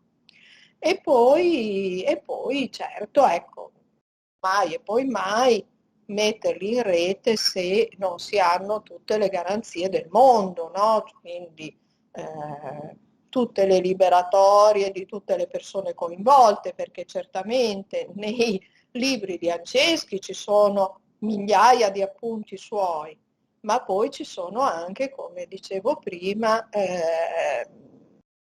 autografi, cose scritte da altri, insomma, autografie di altri. E quindi bisogna Questa potrebbe essere una pratica che aiuta la tutela, no, di questi materiali, sì, che però non semplifica in certo. nessun modo la consultazione che poi è richiesto del testo, perché anche lì diventa farraginoso fare il collegamento Certo. al volume che eventualmente conteneva quei materiali. Però nella progressiva, diciamo, evoluzione, certamente questo è una soluzione molto importante, molto interessante e assolutamente da prendere in considerazione, ci mancherebbe altro. Bene, quindi queste tappe le ripetiamo per una sensibilizzazione progressiva nell'affrontare questi fondi di persona. Sono rispettare l'unità, quindi non disperdere, restituire l'organizzazione originaria quando è riconoscibile e vale la pena di farlo ed è significativa, e naturalmente ecco, affrontare il tutto sia con competenze biblioteconomiche che con competenze archivistiche. Ma anche gli archivisti devono studiare biblioteconomia, le mie colleghe hanno studiato, non sono rimaste solo archivisti. Molto carina, una che appunto sapendo di questa mia appuntamento di oggi mi ha detto dai, abbiamo poi alla fine fatto un bellissimo percorso insieme. Sì, abbiamo fatto un bel percorso insieme, almeno insomma in archiginnasio è andata così.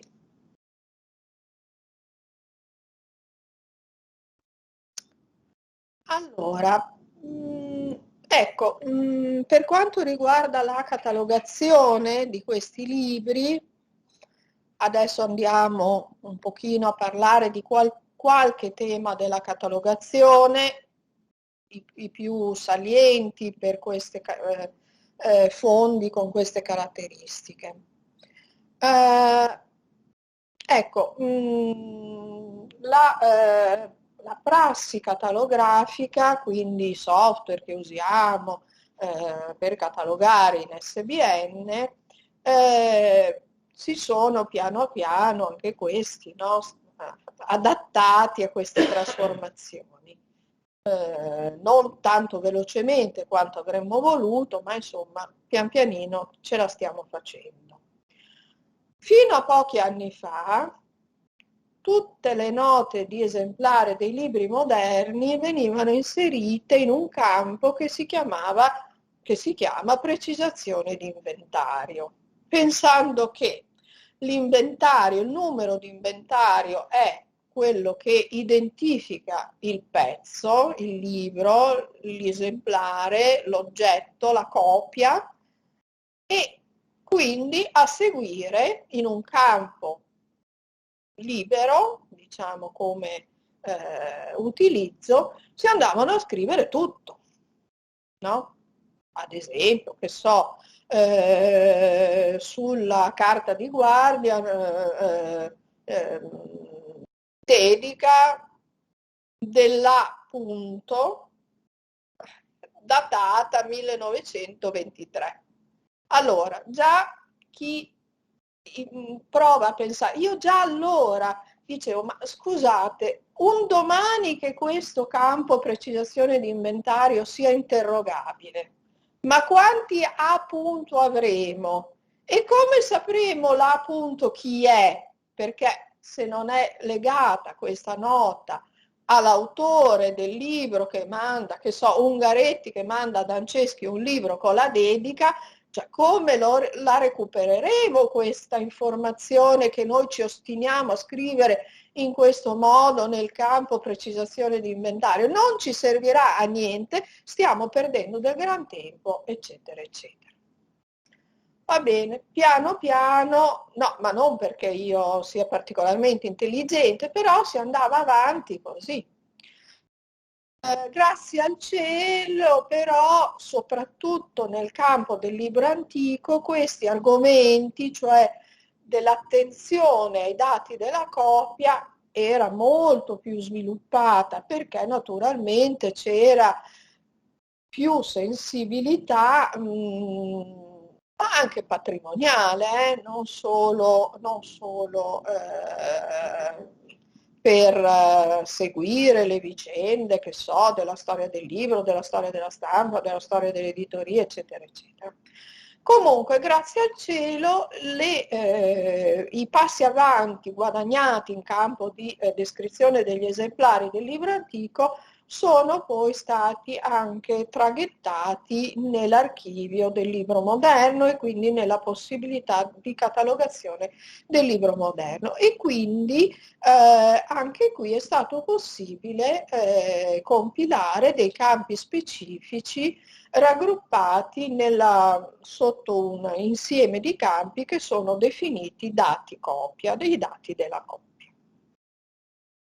Allora, a maggior ragione, le mie colleghe si sono messe a lavorare insieme, ripeto, bibliotecarie ed archiviste, bibliotecarie dell'antico, del moderno e archiviste, e hanno finalmente prodotto, cioè no, le hanno elaborate in anni e anni di casistiche che hanno pian piano accumulato, messo insieme, confrontato e sistemato, e finalmente nel 2018 hanno pubblicato nella rivista della biblioteca le linee guida adottate appunto in Archiginnasio per la descrizione degli esemplari. E qui cioè dentro troviamo distinzioni fra esempi di libro antico e di libro moderno, però insomma si sono molto dedicate appunto a cercare di superare proprio questa barriera fra libro antico e libro moderno, e lavorando appunto anche insieme alle archiviste, e dopo capirete meglio il perché.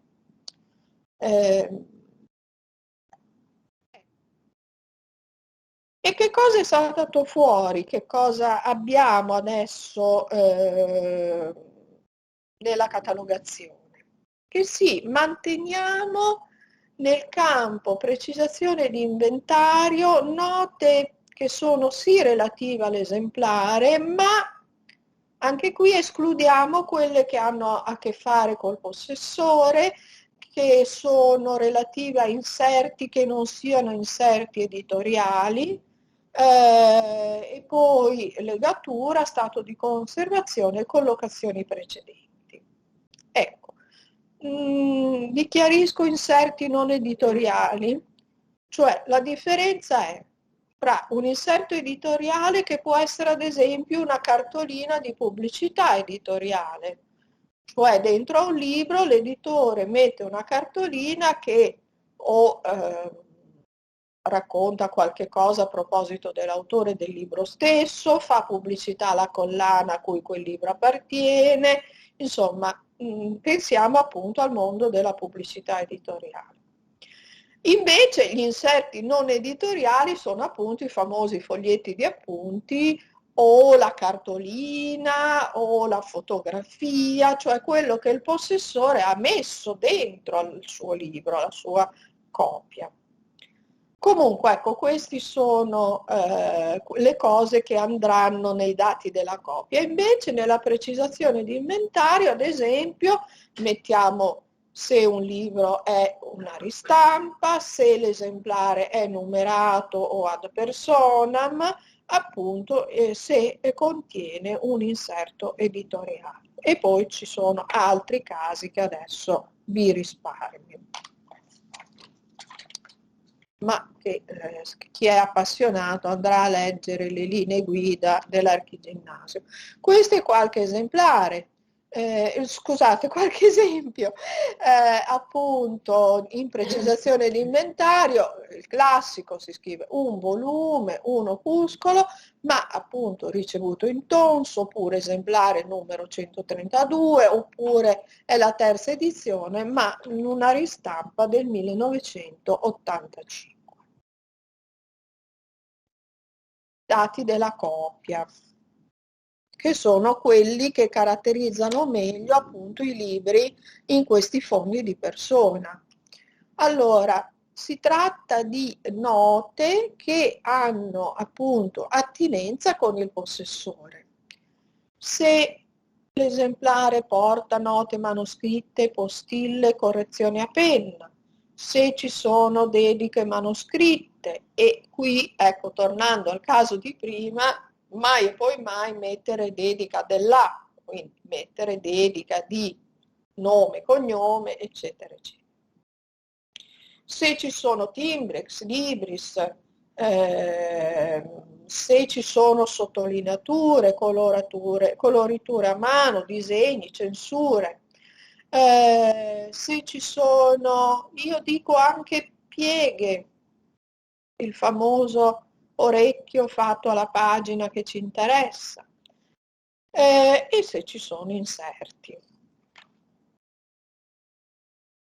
Ecco, esempi di come compilare questo campo note e decorazioni. Sottolineature a penna nel testo, correzioni al testo e note marginali, annotazioni manoscritte, numerose postille manoscritte, oppure in copertina dedica autografe di Fiorenzo Forti a Raffaele Spongano, oppure sul recto della prima carta dedica autografa di Pierpaolo Pasolini a Luciano Anceschi, datata Roma 10 maggio 1953.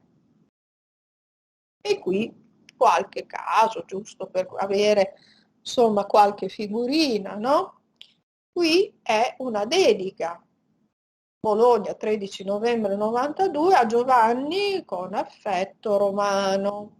Romano è Romano Prodi che dedica questa copia al suo amico Giovanni Evangelisti. Ecco qua come si vede nell'OPAC di SBN il campo note e decorazioni nell'occhietto, dedica manoscritta di Romano Prodi a Giovanni Evangelisti, datata Bologna 13 novembre. Poi c'è il legame, vedete, con l'autore della dedica, Prodi Romano, e con il dedicatario Evangelisti Giovanni. Quindi cominciamo a vedere altre tracce dei legami che questa catalogazione permette. Scusate, chiudere il microfono. Qualcuno ha aperto il microfono, è bene che lo chiuda. Ecco, questo è un altro caso interessante, un libro, un'edizione di Camus, donata a un signore che si chiamava Mario Cagli, del quale possediamo appunto in Archiginnasio il fondo librario e l'archivio delle carte. Ed è un libro, è una dedica particolarmente importante perché a parte appunto insomma, la frase, i 2 paragrafi della dedica, ma ci sono un sacco di firme. E qui mi ricordo che io mi accorsi che i catalogatori non avevano riconosciuto, non erano riusciti a leggere tutte le firme, perché poi voglio dire, insomma, certo, se uno ha un po' di competenze paleografiche la cosa aiuta anche a leggere le firme moderne, però insomma alcune sono veramente difficili. E la soluzione è arrivata proprio dalla compresenza dell'archivio di questo personaggio, di questo Mario Cagli, perché in realtà nell'archivio c'è questo documento che è lo statuto di una associazione culturale molto importante per la storia, insomma, intellettuale e culturale di Bologna, dove si vedono i nomi del gruppo promotore della fondazione di questa associazione, che sono gli stessi, in gran parte gli stessi, che regalano questo libro a Mario Cagli, riconoscendogli un ruolo importante nella fondazione di questa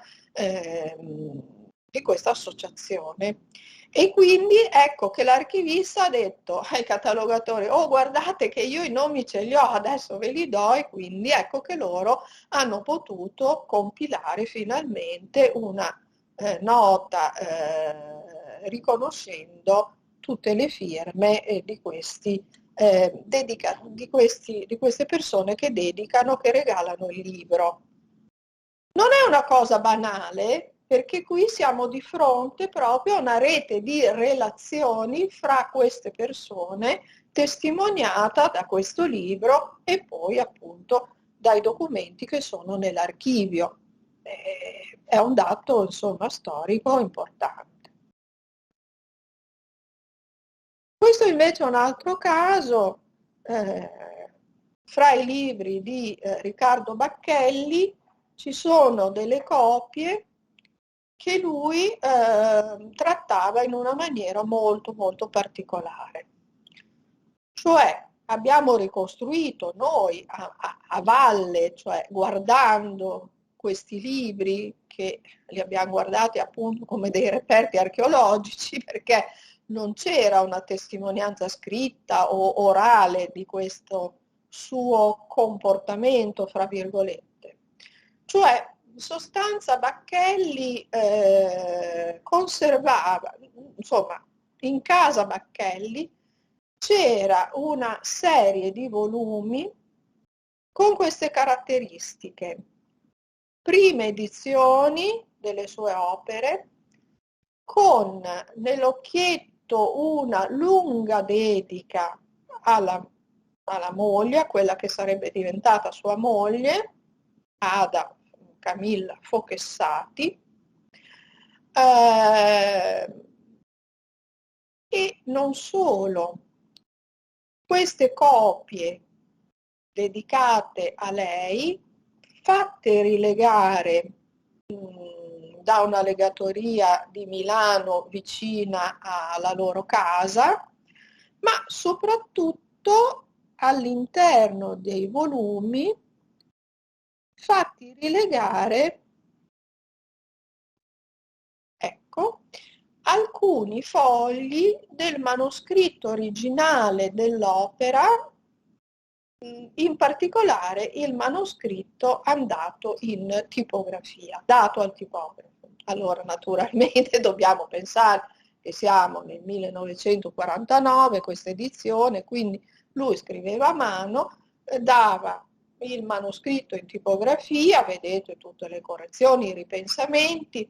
È sicuramente il manoscritto andato in tipografia perché In molti casi troviamo il classico numero apposto dal tipografo in matita blu riferito al corpo del carattere, insomma, quindi vabbè, c'è tutta questa storia che entriamo in un altro campo, quello biologico, quindi non entriamoci, però ecco, e abbiamo capito, e poi una testimonianza scritta l'abbiamo trovata, cioè Bacchelli non conservava assolutamente il manoscritto delle sue opere, ma appunto lo distruggeva, salvo qualche foglio, in genere l'inizio di ogni capitolo o insomma non sempre nello stesso modo, comunque sicuramente la prima carta riferita all'inizio dell'opera. Poi ecco, possono anche esserci dentro questi volumi rilegati il primo foglio di ogni capitolo, quindi a volte in questo caso ci sono 3 fogli, è in 3 atti l'alba dell'ultima sera, quindi abbiamo capito, deduciamo, ma è così, insomma, che c'è il primo foglio di ogni atto di questa opera. A questo punto, quindi, siamo di fronte a un libro che non è più un libro soltanto, è anche un manoscritto. Già, come dire, la lunga dedica, se poi andiamo a leggere tutte queste dediche, una via l'altra, in cronologico, ricostruiamo la storia sentimentale del legame fra queste 2 persone.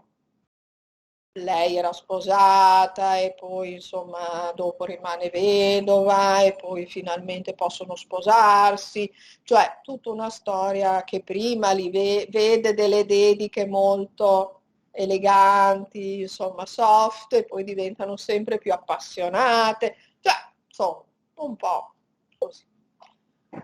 E quindi, ecco, vi chiedo, che cosa differenzia questa dedica da una lettera? Nulla.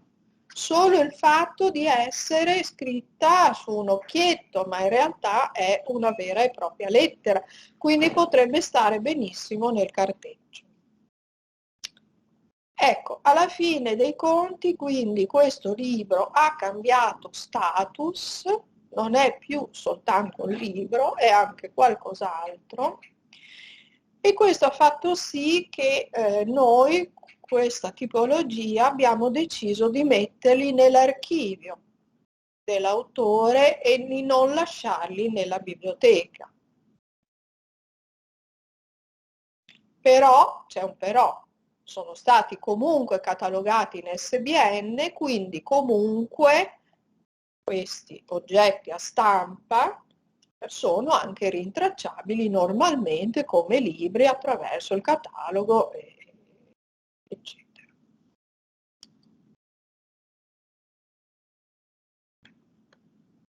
Ecco, questo appunto è il caso di un libro di Anceschi, quello che dicevo, migliaia di foglietti, e quindi praticamente questo è un libro che lui ha usato per poi scrivere un saggio, eccetera, e quindi chiaramente è un libro a stampa che si trasforma quasi in un supporto di un manoscritto. Altri casi di libri smontati, cioè strappati, scuciti per poi essere ricomposti con in mezzo delle parti manoscritte, delle parti dattiloscritte, perché l'autore sta preparando una nuova edizione. Ecco, in questo caso sono libri, ripeto, che hanno cambiato status, non sono più, non possiamo più guardarli come la copia N di un'edizione. Sono, sì, copia N di un'edizione, ma sono diventati decisamente anche qualcos'altro. Ecco, questi sono esempi dei foglietti di Anceschi. La convincerò a darne in qualche modo notizia Ecco, questo è un bigliettino di qualcuno che gli manda un libro per chiedergli una recensione. Ecco, guardando che siete stati costretti in un certo senso a timbrarlo. Sì, esatto, perché appunto in una fase pre-digitalizzazione, come propone appunto Allegrezza, molti anni fa noi appunto abbiamo trattato questi inserti in questo modo, cioè uno per uno li abbiamo timbrati, abbiamo segnato, come vedete, la collocazione del libro dentro il quale il foglietto si trova, di 1334, quindi la sala, il palchetto, il numero di catena e poi in quale pagina. Perché se il foglietto va fuori posto è invece molto importante sapere Anceschi in quel libro perché mette questo appunto i vecchi sapienti musicomani. Vorrà pur dire qualcosa, se invece lo leggiamo così, astratto dal famoso contesto, è come se non significasse quasi nulla. Ecco. E quindi poi naturalmente non potendo in archiginnasio far consultare questi libri in sala manoscritti dove ci sono pochi posti, che è la sala diciamo più controllata, noi li abbiamo addirittura dovuti togliere dai libri. Quindi è ancora più importante sapere che in quel punto c'era quel foglietto e quindi all'utente, alla persona che vuole consultare quel libro e che sa dalle note appunto in catalogo che il libro conteneva degli inserti, verrà poi portata anche la busta che contiene gli inserti di quel determinato libro e quindi in fase di consultazione l'utente può guardare contemporaneamente il libro, gli inserti e anche riposizionarli se gli serve per poter appunto capire che cosa Anceschi voleva. Quindi quando l'utente chiede il libro viene automaticamente portata anche questa parte o la deve chiedere visto No, che poi si trova la deve chiedere perché a quel punto viene appunto trasferita la consultazione in sala manoscritti. Quindi consultazione separata poi. Consultazione separata perché deve... No, separato il libro anche. Ah, ecco. No. Viene portato il libro in sala manoscritti e vengono dati appunto gli inserti in modo tale che la persona può guardare tutto. Cioè, insomma, non ci sono dei muri, delle barriere, però ecco, il bibliotecario deve interloquire con l'utente e l'utente col bibliotecario. E qui torniamo a bomba, cioè la qualità della formazione professionale dei bibliotecari che come abbiamo accennato ne devono sapere e di tutela e di conservazione e di appunto diritto d'autore e di privacy e di tutto, cioè devono avere delle competenze piuttosto complesse.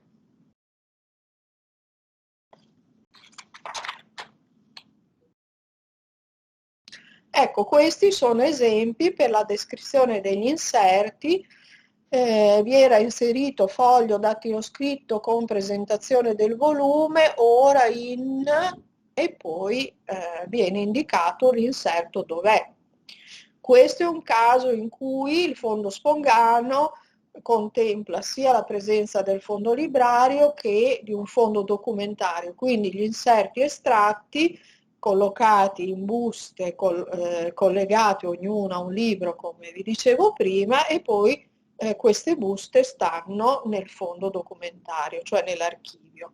Se l'archivio non c'è, come nel secondo esempio, 2 stralci di stampa, ora impini inserti, questa collocazione di inserti è in realtà diciamo, qualche cartone di inserti che sono collocati fisicamente in coda al fondo librario, ma queste sono, diciamo, gestioni interne alla biblioteca, quindi i distributori, chi va nei magazzini sa se deve andare a prendere gli inserti nella zona archivistico o se li trova immediatamente alla collocazione dei libri. Vabbè. Questo è il caso appunto di un inserto che non è un manoscritto, un foglio manoscritto, in questo caso è un opuscolo, e qui si apre un po' il tema di come descrivere gli inserti. Perché questo è un caso abbastanza così, può essere un esempio significativo. Cioè, noi quando andiamo nel campo note e decorazioni, scriviamo, vi era inserito opuscolo e poi il nome dell'istituto, no? Questo Istituto Internazionale di Scienze Amministrative, oppure scriviamo genericamente opuscolo con presentazione di ente. Cioè, non ho una risposta definitiva, però sottopongo questo tema, perché un domani che questi famosi campi note e decorazioni siano interrogabili e ci si possa arrivare direttamente, quale tipo di parole, di terminologia, quale tipo di anche sintassi è utile diciamo immaginare per poi permettere un domani la ricerca.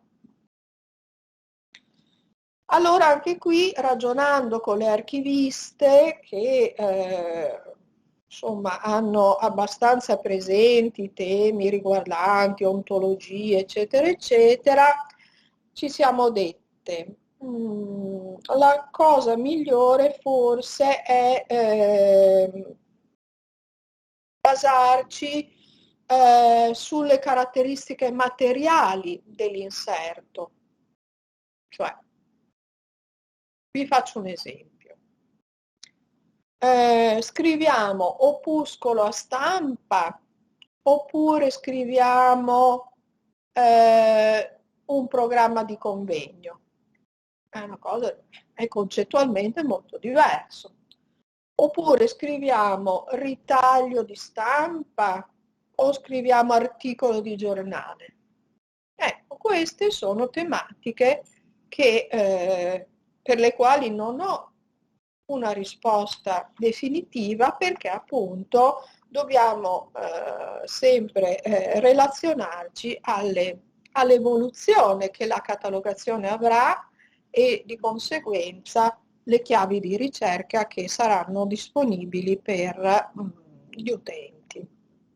E qui ovviamente i commenti e le domande, poi dopo ti pongo quelle per le quali siamo già andati avanti, ma c'è un commento sempre del professor Allegretta che, come dire, prende consapevolezza dell'abisso che c'è tra il mondo digitale e questo nostro tradizionale culturale, ma anche dal punto di vista delle pratiche, quindi commenta, ovvero peccato che nel passaggio al digitale questi meravigliosi bigliettini finiscano per scomparire. Quando si legge un libro digitale o una rivista, un articolo, eccetera, si può evidenziare il testo, si può sottolineare, si possono inserire dei commenti, forse questi ultimi possono essere considerati l'equivalente digitale dei bigliettini, ma c'è comunque una differenza abissale rispetto ai bigliettini cartacei, quindi insomma a questa tradizione. Condivido sicuramente, anche perché quello che dicevo prima, cioè in maniera analogica la persona che vuole consultare il libro di Anceschi e tutti gli inserti può fisicamente in biblioteca avere in mano il libro e riposizionare gli inserti là dove erano, in sala manoscritti, appunto come dicevo prima. Invece appunto le sottolineature digitali o quant'altro non so quanto nel futuro potranno essere ma non dico conservate forse sì, ma apprezzate, capite, cioè quanto a livello proprio di anche sensibilità appunto della persona, del ricercatore stesso, cioè forse perché io appunto ho queste origini un po' nella mia formazione di archeologa, quindi veramente io quell'esempio che vi facevo prima fra l'oggetto della vita quotidiana messo in una vetrina di un museo e visto nel suo contesto, ecco, ho proprio dentro di me questa esigenza della anche fisicità, di capire. Probabilmente, come dire, con la modifica che anche il nostro cervello gradatamente subirà verso il mondo digitale, la stessa percezione sarà facile averla nel vedere una sottolineatura che galleggia in uno schermo. Io non credo che ce la farò, non ci arriverò, morirò prima, meglio. E poi alcuni casi, stavo riflettendo che alcuni casi esistono, ma è una pratica talmente ancora poco consolidata che non siamo secondo me in grado, allora sicuramente adesso non siamo nelle condizioni di valutare questa pratica da un punto di vista scientifico e culturale, perché sono sono casi episodici che quindi non vanno a costituire degli esempi eclatanti e anche massivi da poter essere fra loro confrontati, certo, per trarne dei modelli, delle conclusioni. Quindi bisognerà vedere quello che accade poco. Poi, ma adesso essendo poco utilizzata, non so. Sì, comunque ecco, come abbiamo imparato, no, a vedere il passaggio dal manoscritto al libro a stampa, eccetera, come anche, come dire, quello che io oggi vi sto raccontando è il frutto di riflessioni che al VSE sono iniziate negli anni 70, quindi sono passati 50 anni. Ecco, bisognerebbe che anche relativamente al libro digitale e tutto quello che gli gira intorno ci fosse, forse c'è già, insomma, no? Mi pare che anche nel vostro programma, esatto. Qui al Dipartimento un convegno proprio sugli aspetti digitali dei fondi personali organizzato dalla professora Gretta, che aveva su questo tema anche un'altra domanda. L'Archiginnasio è cominciato ad arrivare materiali digitali legati ai fondi personali? O no? No, non è cominciato ad arrivare, però ecco, ho visto che nel programma anche di questo ciclo c'è il caso di Pavia, no? Di cui parlerà il professor Weston, mi pare, quindi ecco, appunto come il VSE ha rappresentato negli anni 70 un po' l'antesignano che ha cominciato a sperimentare i metodi di trattamento di questi fondi di persona, magari appunto il centro di Pavia a questo punto ci racconterà, anche se adesso da quello che ho letto mi pare che diciamo, se si può dire sperimentazione, insomma, sia comunque limitata al fatto di conservare le memorie digitali nel senso di banalmente, dico io che appunto non sono certamente una specialista del settore, ma da quello che ho letto il tema è conservare le versioni Word dei romanzi della Vallone, ecco, detta banalmente. Poi non lo so se ci sono anche altre cose digitali della Vallone, oltre, dico la Vallone perché la conosco di persona e quindi quando ho letto ho detto, beh, però è stata intelligente a sposare questa sperimentazione di conservazione, perché certamente ecco, l'archivio di un autore, quelli che abbiamo in Archiginnasio sono appunto i manoscritti o i dattiloscritti di romanzi, di saggi e adesso invece appunto lo scrittore scrive al computer e quindi vabbè. Bene, qui affronto molto superficialmente una prospettiva della catalogazione di cui la professoressa Sabba è una grande esperta, quindi mi aspetto di essere un po' così ripresa, barra corretta, integrata dalla professoressa, ma è solo per dirvi che anche questo mondo che si sta evolvendo è molto importante da considerare.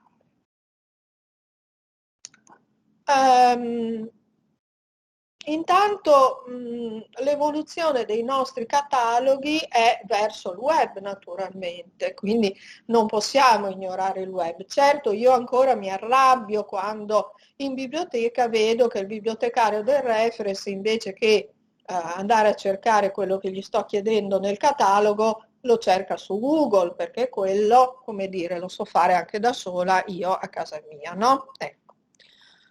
Comunque, lasciamo stare queste deviazioni sbagliate, però la cosa importante è ancora una volta un cambiamento totale di prospettiva.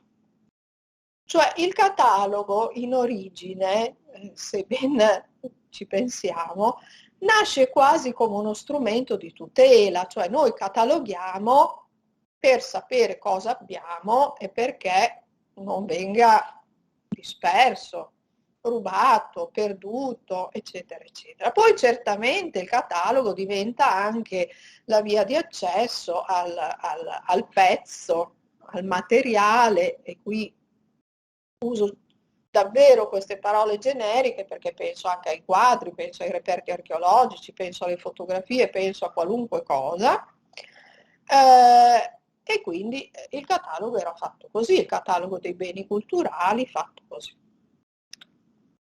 Però adesso con le possibilità offerte appunto dalla rivoluzione determinata dal navigare fra le informazioni, ci porta anche a mettere in primo piano non tanto appunto l'oggetto in sé come qualcosa da tutelare, quindi da inventariare, da sapere che c'è, ma proprio l'interesse dell'utente, dico utente per dire la persona, il curioso, il ricercatore, chiunque voglia un'informazione. Quindi il ragionamento a questo punto messo in moto, anzi certificato dai principi internazionali di catalogazione che sono stati pubblicati dall'IFLA nel 2009, e indicano appunto l'interesse dell'utente come l'obiettivo principale del nostro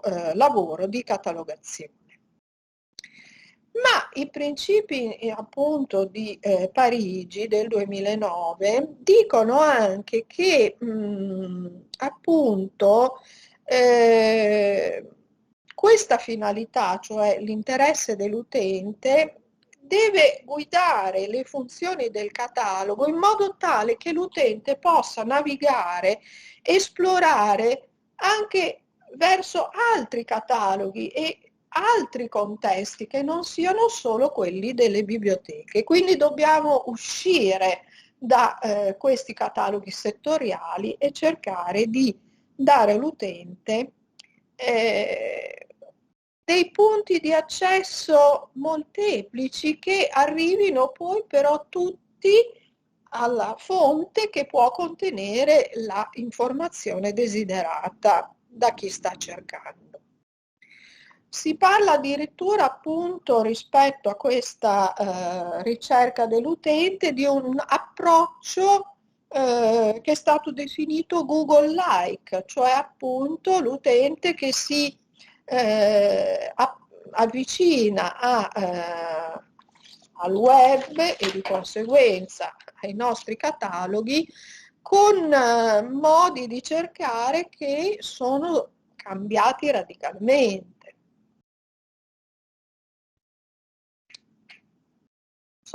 Un esempio eclatante era fino a un po' di decenni fa, quando io ho iniziato a fare la bibliotecaria, guai mai intestare un'opera a Cicerone, alla parola, al nome Cicerone. Era Cicero Marcus Tullius, no? Era una cosa sbagliatissima. Cicerone in italiano, ma Cicerone non era italiano, Cicerone non scrive in italiano e quindi adesso invece bisogna che assolutamente tutti i punti da cui partire per una ricerca arrivino a portare, senza che l'utente se ne accorga, senza che debba fare sforzi disumani, come sapere il latino se non lo so, ecco, per arrivare alla notizia, al documento, al materiale che gli serve. Ma soprattutto arrivare a tutti i tipi di materiale, anche al ritratto di Cicerone se mai esiste, a un'incisione con Cicerone se esiste, a che so, un attore che legge un'orazione di Cicerone, ecco.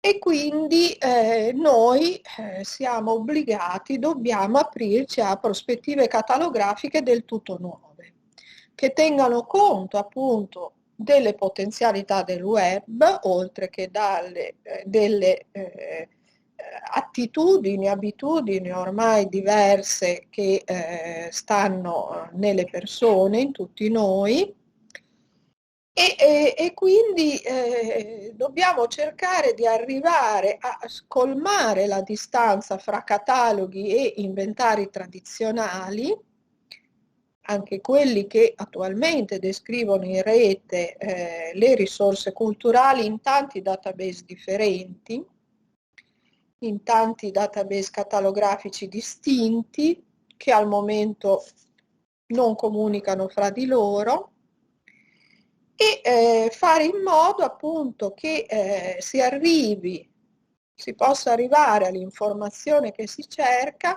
utilizzando i motori di ricerca più comuni come unico punto di accesso per soddisfare appunto la curiosità e il bisogno informativo dell'utente.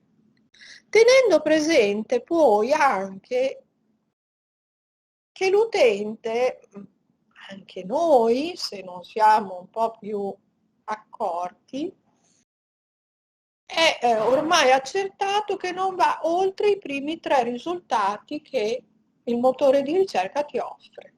Quindi c'è anche questo tema da tenere presente. E quindi c'è questa evoluzione della catalogazione verso quella che si chiama metadatazione. Ecco, qui abbiamo, era una slide che riassumeva un po' quello che vi ho già detto, quindi superare le barriere fra i vari standard descrittivi, catalografici, perché appunto gli utenti ormai sono abituati a percorsi di ricerca trasversali che si basano appunto su relazioni fra entità, fra dati informativi. Ma come dire, ecco, è un po' l'esempio di chi come me guida l'automobile e non sa il motore come funziona. Cosa mi importa? L'importante è che la macchina vada, no? Che io ottenga il risultato. Ecco, noi dobbiamo pensare a questo, cioè l'utente deve trovarsi in una situazione di risultato ottenuto facilmente, quindi ci deve essere dietro tutta una logica di costruzione di questi cataloghi, inventari, che sia fatta in modo tale che poi le macchine, in base alla domanda posta in fase di ricerca, possano andare a pescare i dati attinenti a quella domanda e combinarli fra di loro con questa rete di relazioni che però ci devono essere appunto ancora una volta personale qualificato di cui sopra all'inizio, che sia in grado appunto di costruire come dire, di implementare questi dati in maniera molto molto consapevole.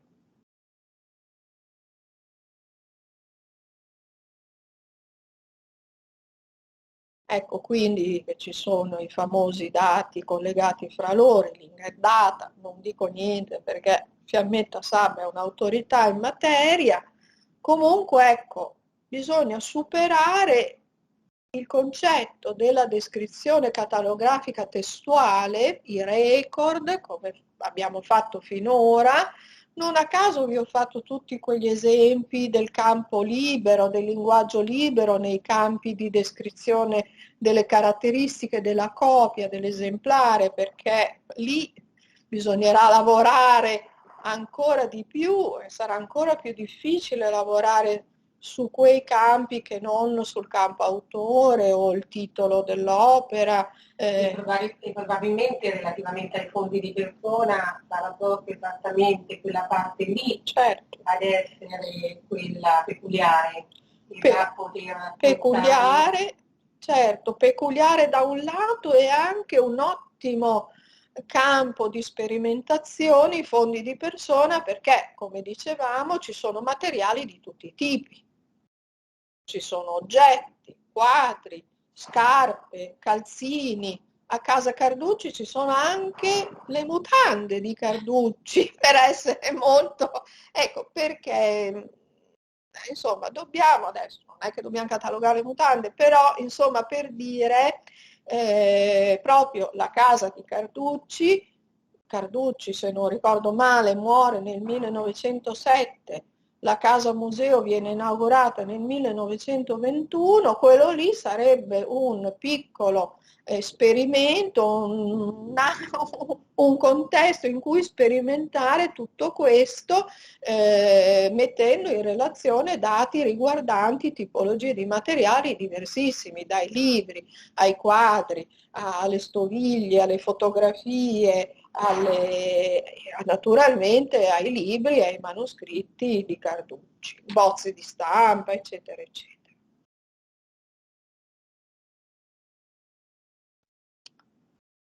Ecco quindi che la catalogazione si chiamerà sempre di più metadatazione, perché appunto i nostri oggetti dovranno essere descritti andando a trovare appunto i singoli dati da rilevare e poi questi dati devono essere in qualche modo univocamente identificabili e quindi ci saranno questi identificatori univoci e persistenti che si chiamano URI, che appunto devono mettere in condizioni le macchine di andare a pescarli, interpretarli, riutilizzarli, riaggregarli a seconda appunto della domanda posta al motore di ricerca dall'utente. Ecco, diciamo che le nuove, insomma, ormai esistono da qualche anno, regole italiane di catalogazione, stanno facendo un po' dei passi avanti verso questo mondo di cataloghi integrati, chiamiamoli così, o comunque di possibilità di interrogare in modalità motore di ricerca web, eccetera. Intanto perché finalmente ci permettono di catalogare, quindi di inserire nello stesso catalogo tutti i tipi di materiali conservati in biblioteca, cioè fino a pochissimi anni fa un manoscritto in SBN non si poteva catalogare. Credo che tuttora, sembra l'abbia scritto Lorenzo Baldacchini anche non molto tempo fa, dentro SBN c'è, come dire, nelle avvertenze iniziali c'è scritto che gli incunaboli non vengono catalogati in SBN, poi invece dentro al catalogo gli incunaboli per fortuna ci sono, nel senso che i bibliotecari insomma sono andati oltre le avvertenze iniziali del catalogo SBN, hanno forzato e sono andati dentro. Ora c'è stato un po' sì, ne hanno messe un rinnovamento. Sì. Certo, il progetto prevede che questi kilo comincino esatto. a parlarsi, ma insomma è una prospettiva, ancora concretamente forse ci stanno lavorando adesso. Sì, non sono aggiornato praticamente. Comunque, che ne avesse sicuramente Simonetta Buzzoi, forse scritto qualcosa a Flavia Bruni, però sì, siamo, no, ma infatti diciamo è un aprire una finestra su un mondo che è in evoluzione, e in questa evoluzione, come diceva giustamente la professoressa Samba, i fondi di persona sono proprio un caso che riassume in sé tutte queste caratteristiche, tutte queste tipologie. Quindi grazie al cielo adesso comunque le regole di catalogazione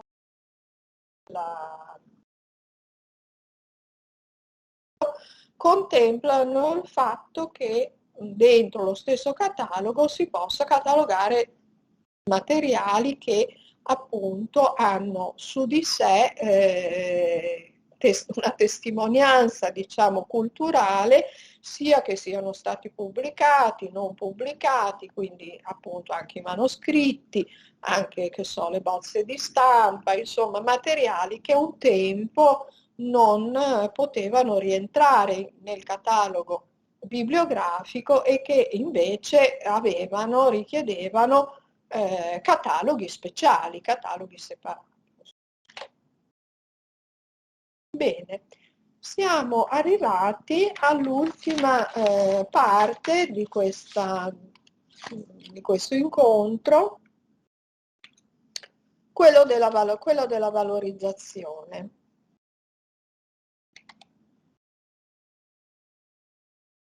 Allora, questi nuovi modelli logici a cui ho accennato, che si stanno appunto affermando in campo catalografico per offrire all'utente che naviga in rete la possibilità di trovare le parti ma anche il tutto, riconoscendo queste relazioni fra i dati che possono a un certo momento aiutarci a ricostruire il contesto che per me, per la mia visione, è così importante in relazione appunto ai fondi di persona, no? Ecco, sono a mio avviso già tutte queste prospettive delle attività di valorizzazione dei fondi di persona. Naturalmente poi anche le rappresentazioni digitali di questi materiali che noi andiamo, anche l'Archiginnasio l'ha fatto, di collegare a descrizioni bibliografiche delle digitalizzazioni dei materiali descritti. Accennerò poi anche alle mostre in rete, mostre bibliografico-documentarie che trasformate in mostre digitali ti danno la possibilità, ad esempio, di superare quello che una mostra fisica ti mette come ostacolo, no? Un libro aperto in quelle 2 pagine esposto in una vetrina. Nella mostra digitale tu puoi mettere la digitalizzazione integrale di quel libro, insomma, del documento, di quello che è. Quindi queste nuove prospettive della catalogazione, che dicevo prima, consentono all'utente di passare con facilità da un libro a un oggetto, a una registrazione sonora, a una registrazione video, insomma tutto quello che, tutti questi materiali che appunto sono in relazione fra loro perché sono in relazione col nostro famoso autore, persona, possessore, produttore del fondo di cui abbiamo parlato all'inizio. Il caricamento online di queste collezioni visualizzabili come oggetto digitale, ascoltabili se si tratta di documenti sonori, visualizzabili anche se sono appunto filmati e così via, appunto stanno determinando anche trasformazioni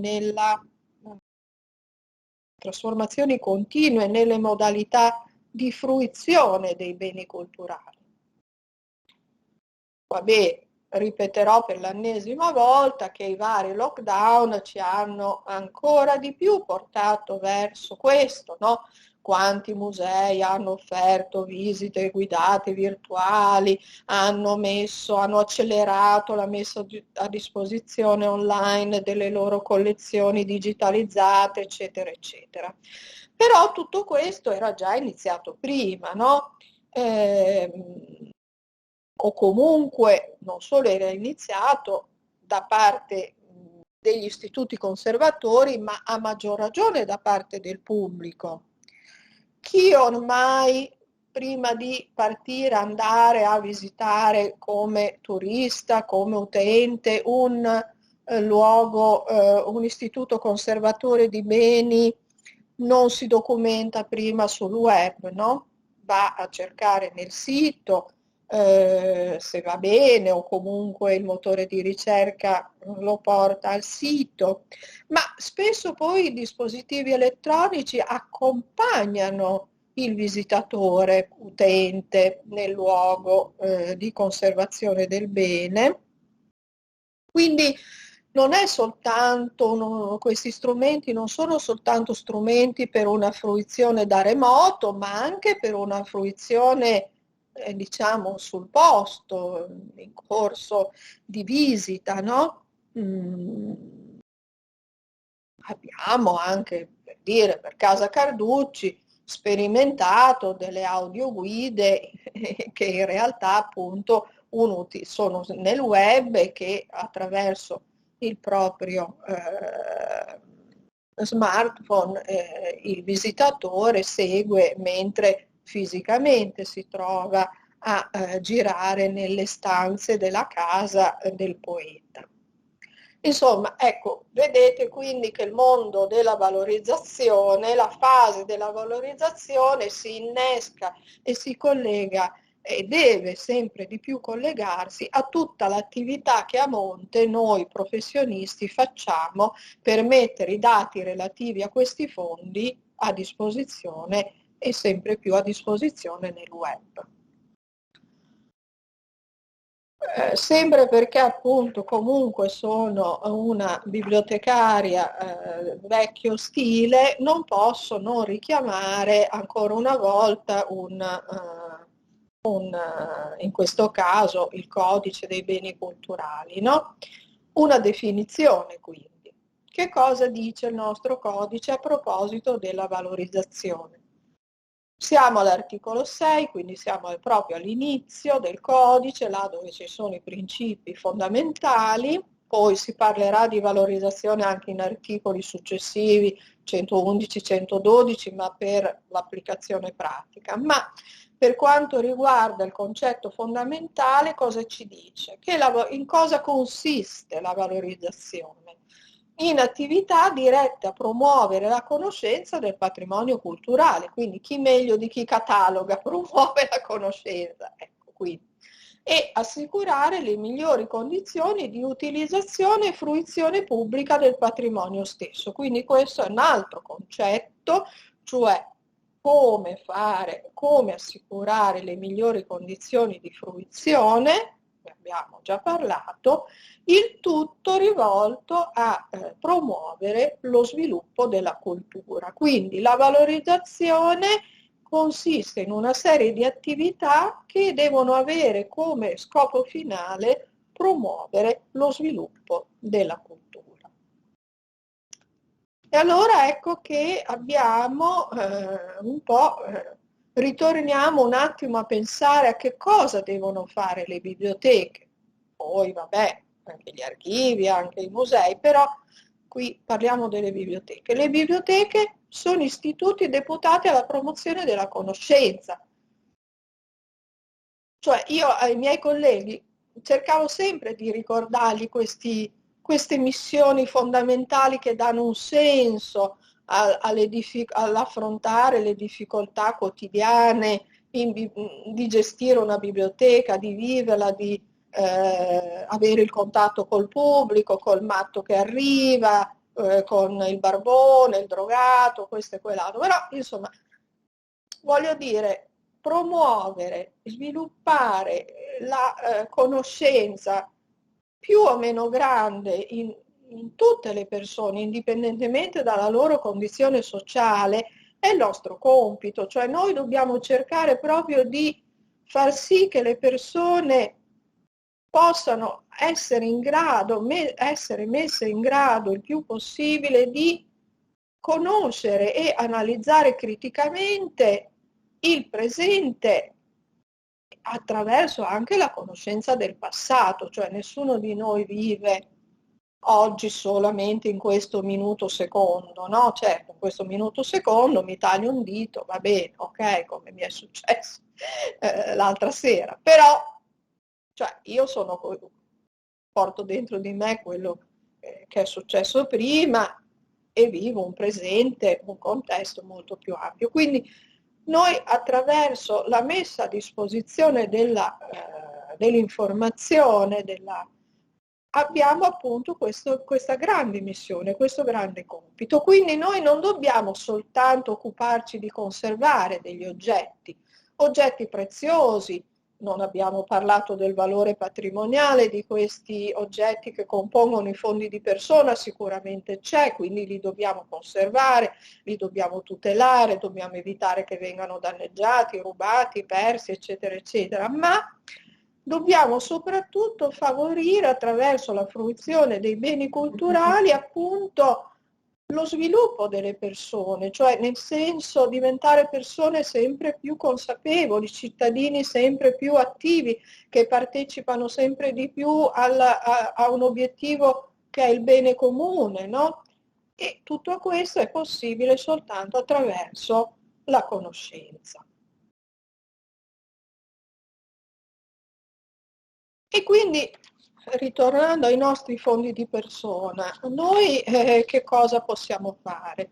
Dobbiamo cercare di avvicinare alla conoscenza di questi fondi di persona a tutti, non solo i ricercatori. I ricercatori spesso di noi non hanno un gran bisogno, sì, insomma, certo, li conserviamo i fondi, no? Li gestiamo, li cataloghiamo, li prepariamo, li portiamo sui tavoli perché loro li guardino, ma non hanno tanto bisogno di noi per sapere che esistono, per sapere che cosa c'è dentro, eccetera, eccetera. Quindi dobbiamo in realtà, ecco, sempre lavorare anche pensando al pubblico generico dei cittadini. Quindi ovviamente le fasi di descrizione, catalogazione e metadatazione, dobbiamo lavorare per favorire l'accessibilità, la fruizione sia in presenza che da remoto, e fin qui è tutto quello che ci siamo detti finora.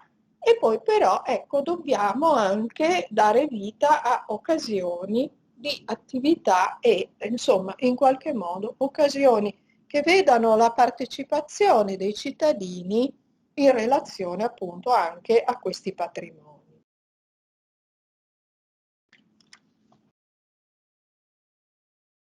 A questo punto ho pensato che valesse la pena soffermarsi un momento sulle mostre. C'è stato un grande dibattito, anche io mi sono occupata di mostre fin dagli anni 80, non so, insomma, comunque c'è tutto un partito contrario alle mostre in biblioteca, non ve lo nascondo. Io invece sono sempre stata a favore. Certo, sono mostre molto impegnative, più che appunto mostre di quadri, piuttosto che di sculture, di opere d'arte. È chiaro che diciamo, un libro, un documento non è stato pensato, prodotto per essere esposto. Un quadro, sì, il quadro viene appeso per essere guardato.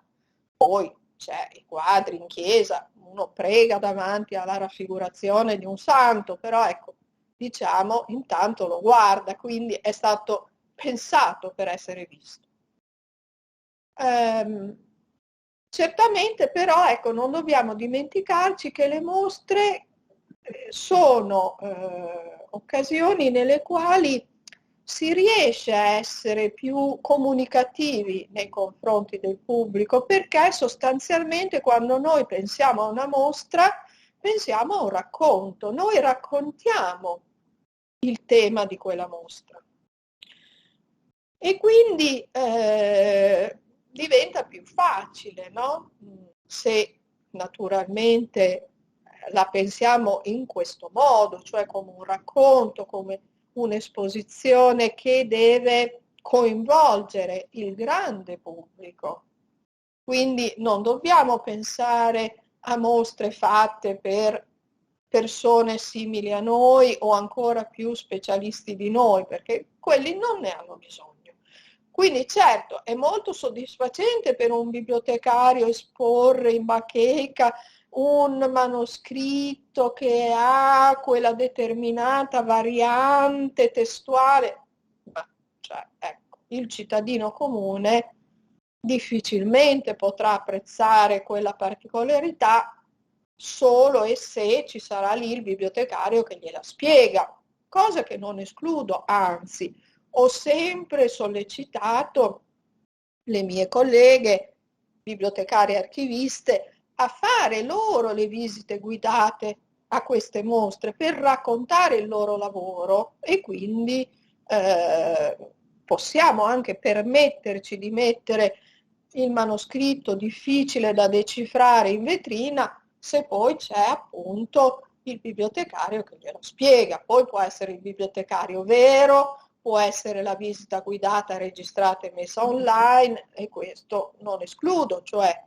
i mezzi, diciamo così, digitali, informatici, eccetera, eccetera, per me sono ovviamente una grande risorsa da sfruttare se se ne ha appunto la possibilità, i mezzi, eccetera, eccetera. Le mostre sono anche importanti per appunto il pubblico generico perché ti comunicano immediatamente la sensazione storica, cioè la sensazione del contatto immediato con il passato.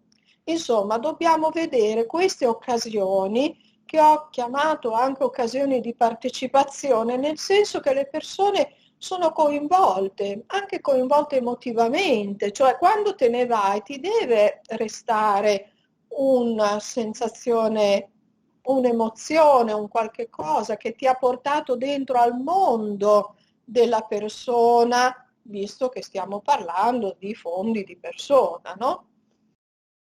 Naturalmente poi c'è tutto il filone delle mostre immersive, interattive, non escludo. Alcune secondo me sono, come dire, delle operazioni commerciali che ti fanno il piccolo spettacolino, no? Quando io ero giovane si andava al circo e c'era, no, il tendone nel quale tu vedevi una proiezione, ti sentivi immerso dentro una visione 3D. Vabbè, insomma, ci possono essere anche queste cose, non mi scandalizzo. Comunque, ecco, sono occasioni di conoscenza queste mostre? Secondo me sì, perché appunto questi oggetti che noi andiamo a tirare fuori, che selezioniamo in questo racconto, che è la mostra, questi oggetti è come se si rianimassero, no? Se noi costruiamo bene questo racconto, anche con l'ausilio, ripeto, degli strumenti informatici. Tu racconti il personaggio, la persona a cui si riconduce il fondo, no?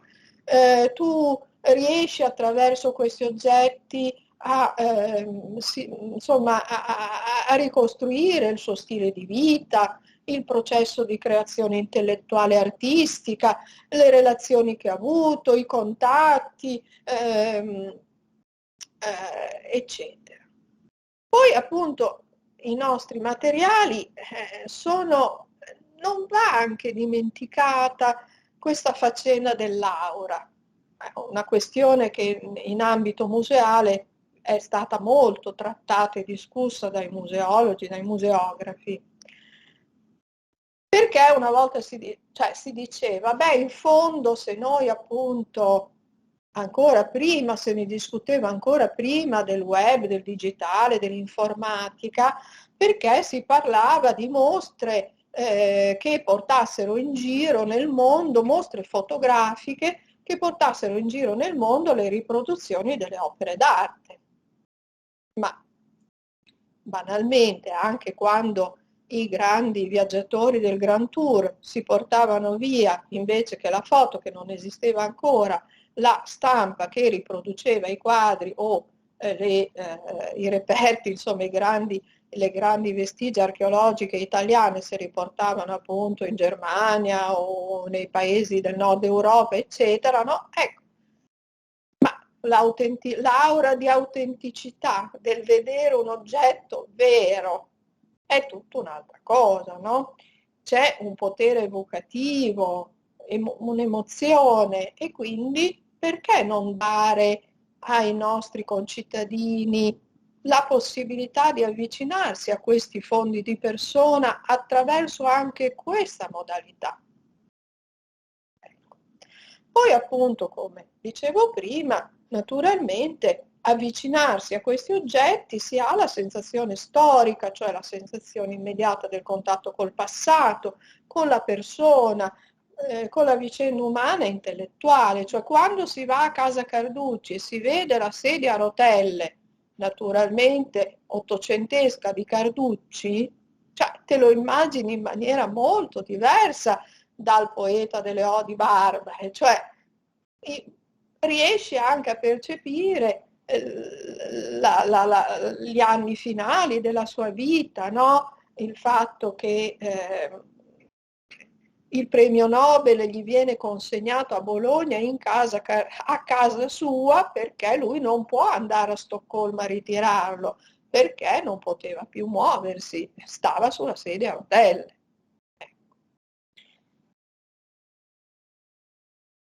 Basta, questo sono poche slide, ma non so neanche se farvele vedere, nel senso dei tentativi dell'Archiginnasio di unire tutte queste attività relative a questi fondi. Questo è appunto il fondo Mario Cagli, cui ho accennato prima.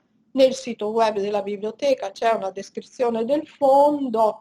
Collegata alla descrizione del fondo c'è l'inventario archivistico della parte documentaria e poi c'è anche una mostra che noi abbiamo dedicato appunto al fondo di Mario Cagli. Questa è la mostra in rete. Facemmo all'epoca naturalmente anche la mostra vera nelle vetrine, e tutto questo a conclusione dei lavori di catalogazione e riordine inventariale del fondo, presentazione pubblica di questo, diciamo, patrimonio alla presenza degli eredi, e quindi la celebrazione pubblica del tutto, con il tutto che però era già pronto per essere appunto visto e consultato. Io mi fermerei qua. Sì.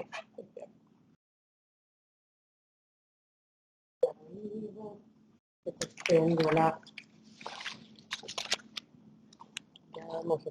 condivisione.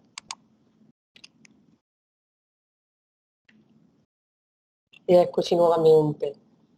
Allora, fare dei commenti significherebbe aprire un capitolo di qualche ora, perché abbiamo assistito ad una conferenza alla quale non vorrei aggiungere molto, perché la ricchezza, l'esaustività delle questioni toccate, delle pratiche presentate, degli esempi, dei casi, fino anche al dettaglio documentario credo che meriti proprio in questo senso un rispetto, cioè deve lasciarci, oggi Anna Manfron ci ha posto non solo questioni teoriche, ma come dicevo questioni pratiche, quindi deve lasciarci poi riflettere. Quello che mi piaceva sottolineare proprio per non andare a trattare o a dettagliare perché non ce n'è assolutamente bisogno, ci ha fatto una carrellata incredibile poi di tutti quelli che sono i temi non solo principali, ma proprio tutti i temi implicati e che ha ampiamente descritto e documentato nelle sue pubblicazioni.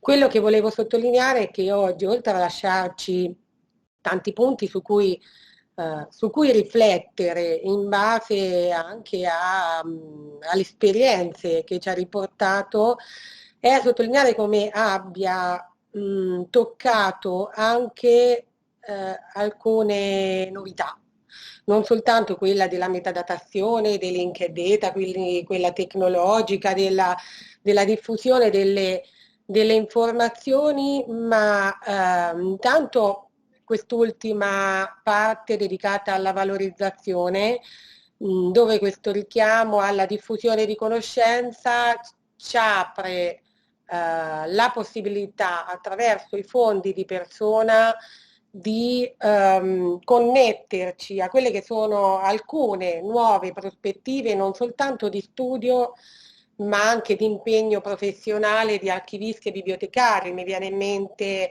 la più nota terza missione, visto che siamo in ambito accademico, ma anche il contesto, la cornice della public history, e un'altra tematica sulla quale in collegamento alle biblioteche mi sto cimentando ultimamente, che è proprio la cornice della Convenzione di Faro. Tutte prospettive accomunate da che cosa? Da quello che chiamiamo public engagement, coinvolgimento del pubblico, dove il pubblico non sia soltanto chiamato a prendere visione, a prendere consapevolezza, a prendere conoscenza, ma attraverso la partecipazione pratica e concreta a iniziative, ad attività di scoperta, di catalogazione, museali, eccetera, riscopre parte di quella microstoria, spesso perché si tratta di esempi molto concreti, molto specifici, ma a sua volta fa quasi un'altra storia, nel senso che presenta delle rielaborazioni di quella storia, quindi delle nuove rappresentazioni di quella storia che si è fatta da fatti, da eventi, da personaggi, però poi assume un valore diverso a seconda del contesto storico, geografico, quindi culturale, di chi si approccia a quelle questioni, a quelle tematiche, a quei personaggi, a quegli eventi. Quindi è la storia che si rigenera da un punto di vista di rappresentazione di informazione. A questo si collega anche un po' così un altro punto. Io ho preso innumerevoli pagine di appunti, in realtà mi dedico adesso soltanto a 3-4 punti così nuovi, particolarmente stimolanti proprio per l'attualità. L'altro è quello della riflessione sul locus di destinazione di questi fondi, che poi diventa anche il locus di trattamento, e quindi a quel punto di tutta questa serie di iniziative anche ulteriori che si possono fare, e la riflessione che è stata indotta è anche su un concetto adesso tanto di moda, accountability, cioè questa sorta di reputazione fiduciaria a cui gli istituti culturali, qui le biblioteche in particolare, devono puntare, stanno sempre più puntando, e quindi anche nella scelta di quali fondi trattare, della verifica della congruità, della sostenibilità, si gioca poi la reputazione, l'immagine della biblioteca come istituto di conservazione, istituto per l'accesso del pubblico, eccetera, ma anche istituto di conservazione e di trasmissione di certe questioni, di certi fondi culturali rispetto ad un pubblico che è fatto anche degli eredi e delle persone che potenzialmente sono interessate poi a lasciare il loro fondo. Quindi c'è tutta un'attenzione anche deontologica, etica, professionale di cui tenere conto. L'altra cosa così che avevo sottolineato e che trovavo particolarmente vicina ad alcuni interessi ultimi, non solo miei, ma in questo caso proprio della rivista bibliotece.it, che ha inaugurato da alcuni numeri una rubrica chiamata Voci di biblioteche viventi, è l'aver osservato appunto quelle frasi riportate da interviste dei possessori e che ci aprono sui fondi di persona veramente un nuovo capitolo, perché siamo abituati ad approcciarci da professionisti su quello che concretamente ci arriva, che quindi dobbiamo gestire, quindi impellente prima di tutto di carattere gestionale economico, anche economico insomma per tutti gli aspetti delle risorse, del deposito piuttosto che dono, eccetera. In realtà rispetto a questi fondi si apre un altro capitolo, siamo sicuri che sia rappresentativo, che tutto c'è, che cosa accadrà, come percepiscono, come usano il proprio materiale i possessori, conservano tutto o la loro biblioteca vera sia comprensiva anche di una biblioteca ideale da un lato e da un punto di vista degli interessi e delle aspirazioni, ma ideali anche dall'altro, nel senso che non fisicamente rappresentata dal loro possesso di libri e di documenti, e quindi parte di libri e di documenti che per loro sono di riferimento e che però stanno altrove. Quindi forse si apre un capitolo sulle modalità proprio di uso dei libri, di conservazione dei libri, proprio di modalità di spazio. Poi su questo anche Lorenzo ha dedicato molto le modalità di lettura, le nostre capacità, le nostre abitudini comportamentali anche da questo punto di vista. Quindi non dobbiamo immaginare che una grande personalità che studia, che legge, che pubblica, abbia poi lo stesso tipo di interesse, di consapevolezza nel conservare a tutti i costi. Non è detto, no. Non tutti sono collezionisti e anzi forse coloro che hanno maggiore fiducia nelle biblioteche spesso non hanno bisogno a tutti i costi di avere il materiale. Quindi insomma le riflessioni, come vedete, sono tante e i fondi d'autore di persona, nonostante appunto, come ricordava Anna Manfron, sono un tema sviscerato, potremmo dire, fin dagli anni 50, mi viene in mente Barberi, 56 volendo, no? Per non dire chi si è occupato di quelli storici, però non esauriscono mai la loro valenza di casi che ci permettono di meditare, come diceva la dottoressa Manfron, su questioni che poi sono estendibili anche a tutte le altre attività, gli altri fondi che le biblioteche devono trattare, il materiale che le biblioteche devono trattare. Io non so se vuole aggiungere qualcosa, salutiamo rispetto alla chiusura poi dopo della registrazione, in maniera che se qualcuno vuole poi connettersi e dire qualcosa, non so se volevi. Soltanto dire che effettivamente il tema della reputazione della biblioteca mi sta molto a cuore e naturalmente questo l'abbiamo già sottolineato, ma tornando appunto alle occasioni di valorizzazione attraverso le mostre, poi anche questo comunque è connesso alla reputazione della biblioteca, per noi sono state proprio occasioni nelle quali la partecipazione dei cittadini ha fatto sì che o ci segnalassero altra documentazione, ce l'hanno portata e regalata a integrare, diciamo, quello che andavamo esponendo e spiegando, nuove testimonianze. E quindi ecco, questi momenti di coinvolgimento e di partecipazione del pubblico generico, insomma della cittadinanza, sono importanti anche da questo punto di vista. E poi ci ho sempre tenuto a dire e sollecitare me stessa e i miei colleghi a trasformare in occasioni anche in cui raccontare proprio il nostro lavoro, perché la maggioranza dei cittadini non sanno esattamente cosa facciamo, e però non solo il nostro stipendio, ma anche diciamo quanto costa alla collettività mantenere aperti e funzionanti questi luoghi della conservazione. Insomma, secondo me è importante dare conto anche più nel dettaglio, insomma, di quello che si fa, di quali scelte vengono fatte, insomma, raccontare in maniera trasparente, ecco, questo. E vedo che le persone lo apprezzano molto. E poi, ripeto, appunto, sono occasioni nelle quali ci propongono altre cose, insomma.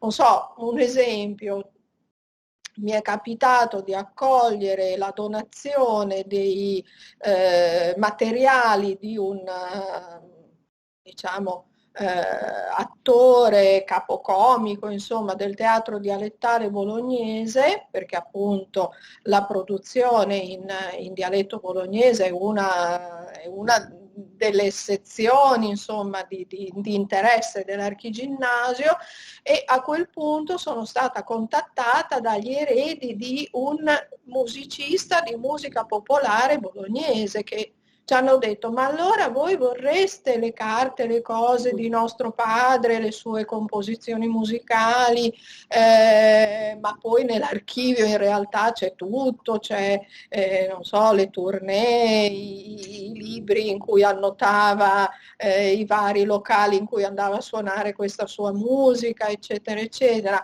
E io ho detto certo, dice, perché sa, le foto le abbiamo date alla Cineteca, le registrazioni sonore le abbiamo date alla discoteca di Stato, ma insomma non ci hanno poi mai fatto niente, chi lo sa. Vedo che invece voi siete così puntuali insomma, trattare questi materiali e poi eccetera. Insomma, quindi voglio dire, ecco, reputazione, occasioni per acquisire altro patrimonio sempre, come dire, collegato, in relazione, quindi ecco, non disdegnare come invece alcuni fanno con delle motivazioni anche giuste, comunque alcuni sono proprio contrari alle mostre in biblioteca. Ci sono lati positivi e negativi. Certamente, ecco, gli aspetti più negativi, secondo me, che sono naturalmente quelli legati alle tematiche della conservazione, ma anche della fruizione, come dicevo prima, un libro impiccato in vetrina sulle 2 pagine non dà effettivamente conto dell'oggetto libro, eccetera, eccetera. Però ecco, possono essere superati grazie, da un lato, per quanto riguarda le tematiche della conservazione, dalle attenzioni dovute, quindi non si espongono i libri o i documenti in vetrina a cuor leggero, cioè lì lo staff si allarga al restauratore che affianca bibliotecari, archivisti, eccetera, ma anche le nuove tecnologie informatiche che appunto permettono di superare, diciamo, gli impedimenti dell'esposizione chiusa in vetrina.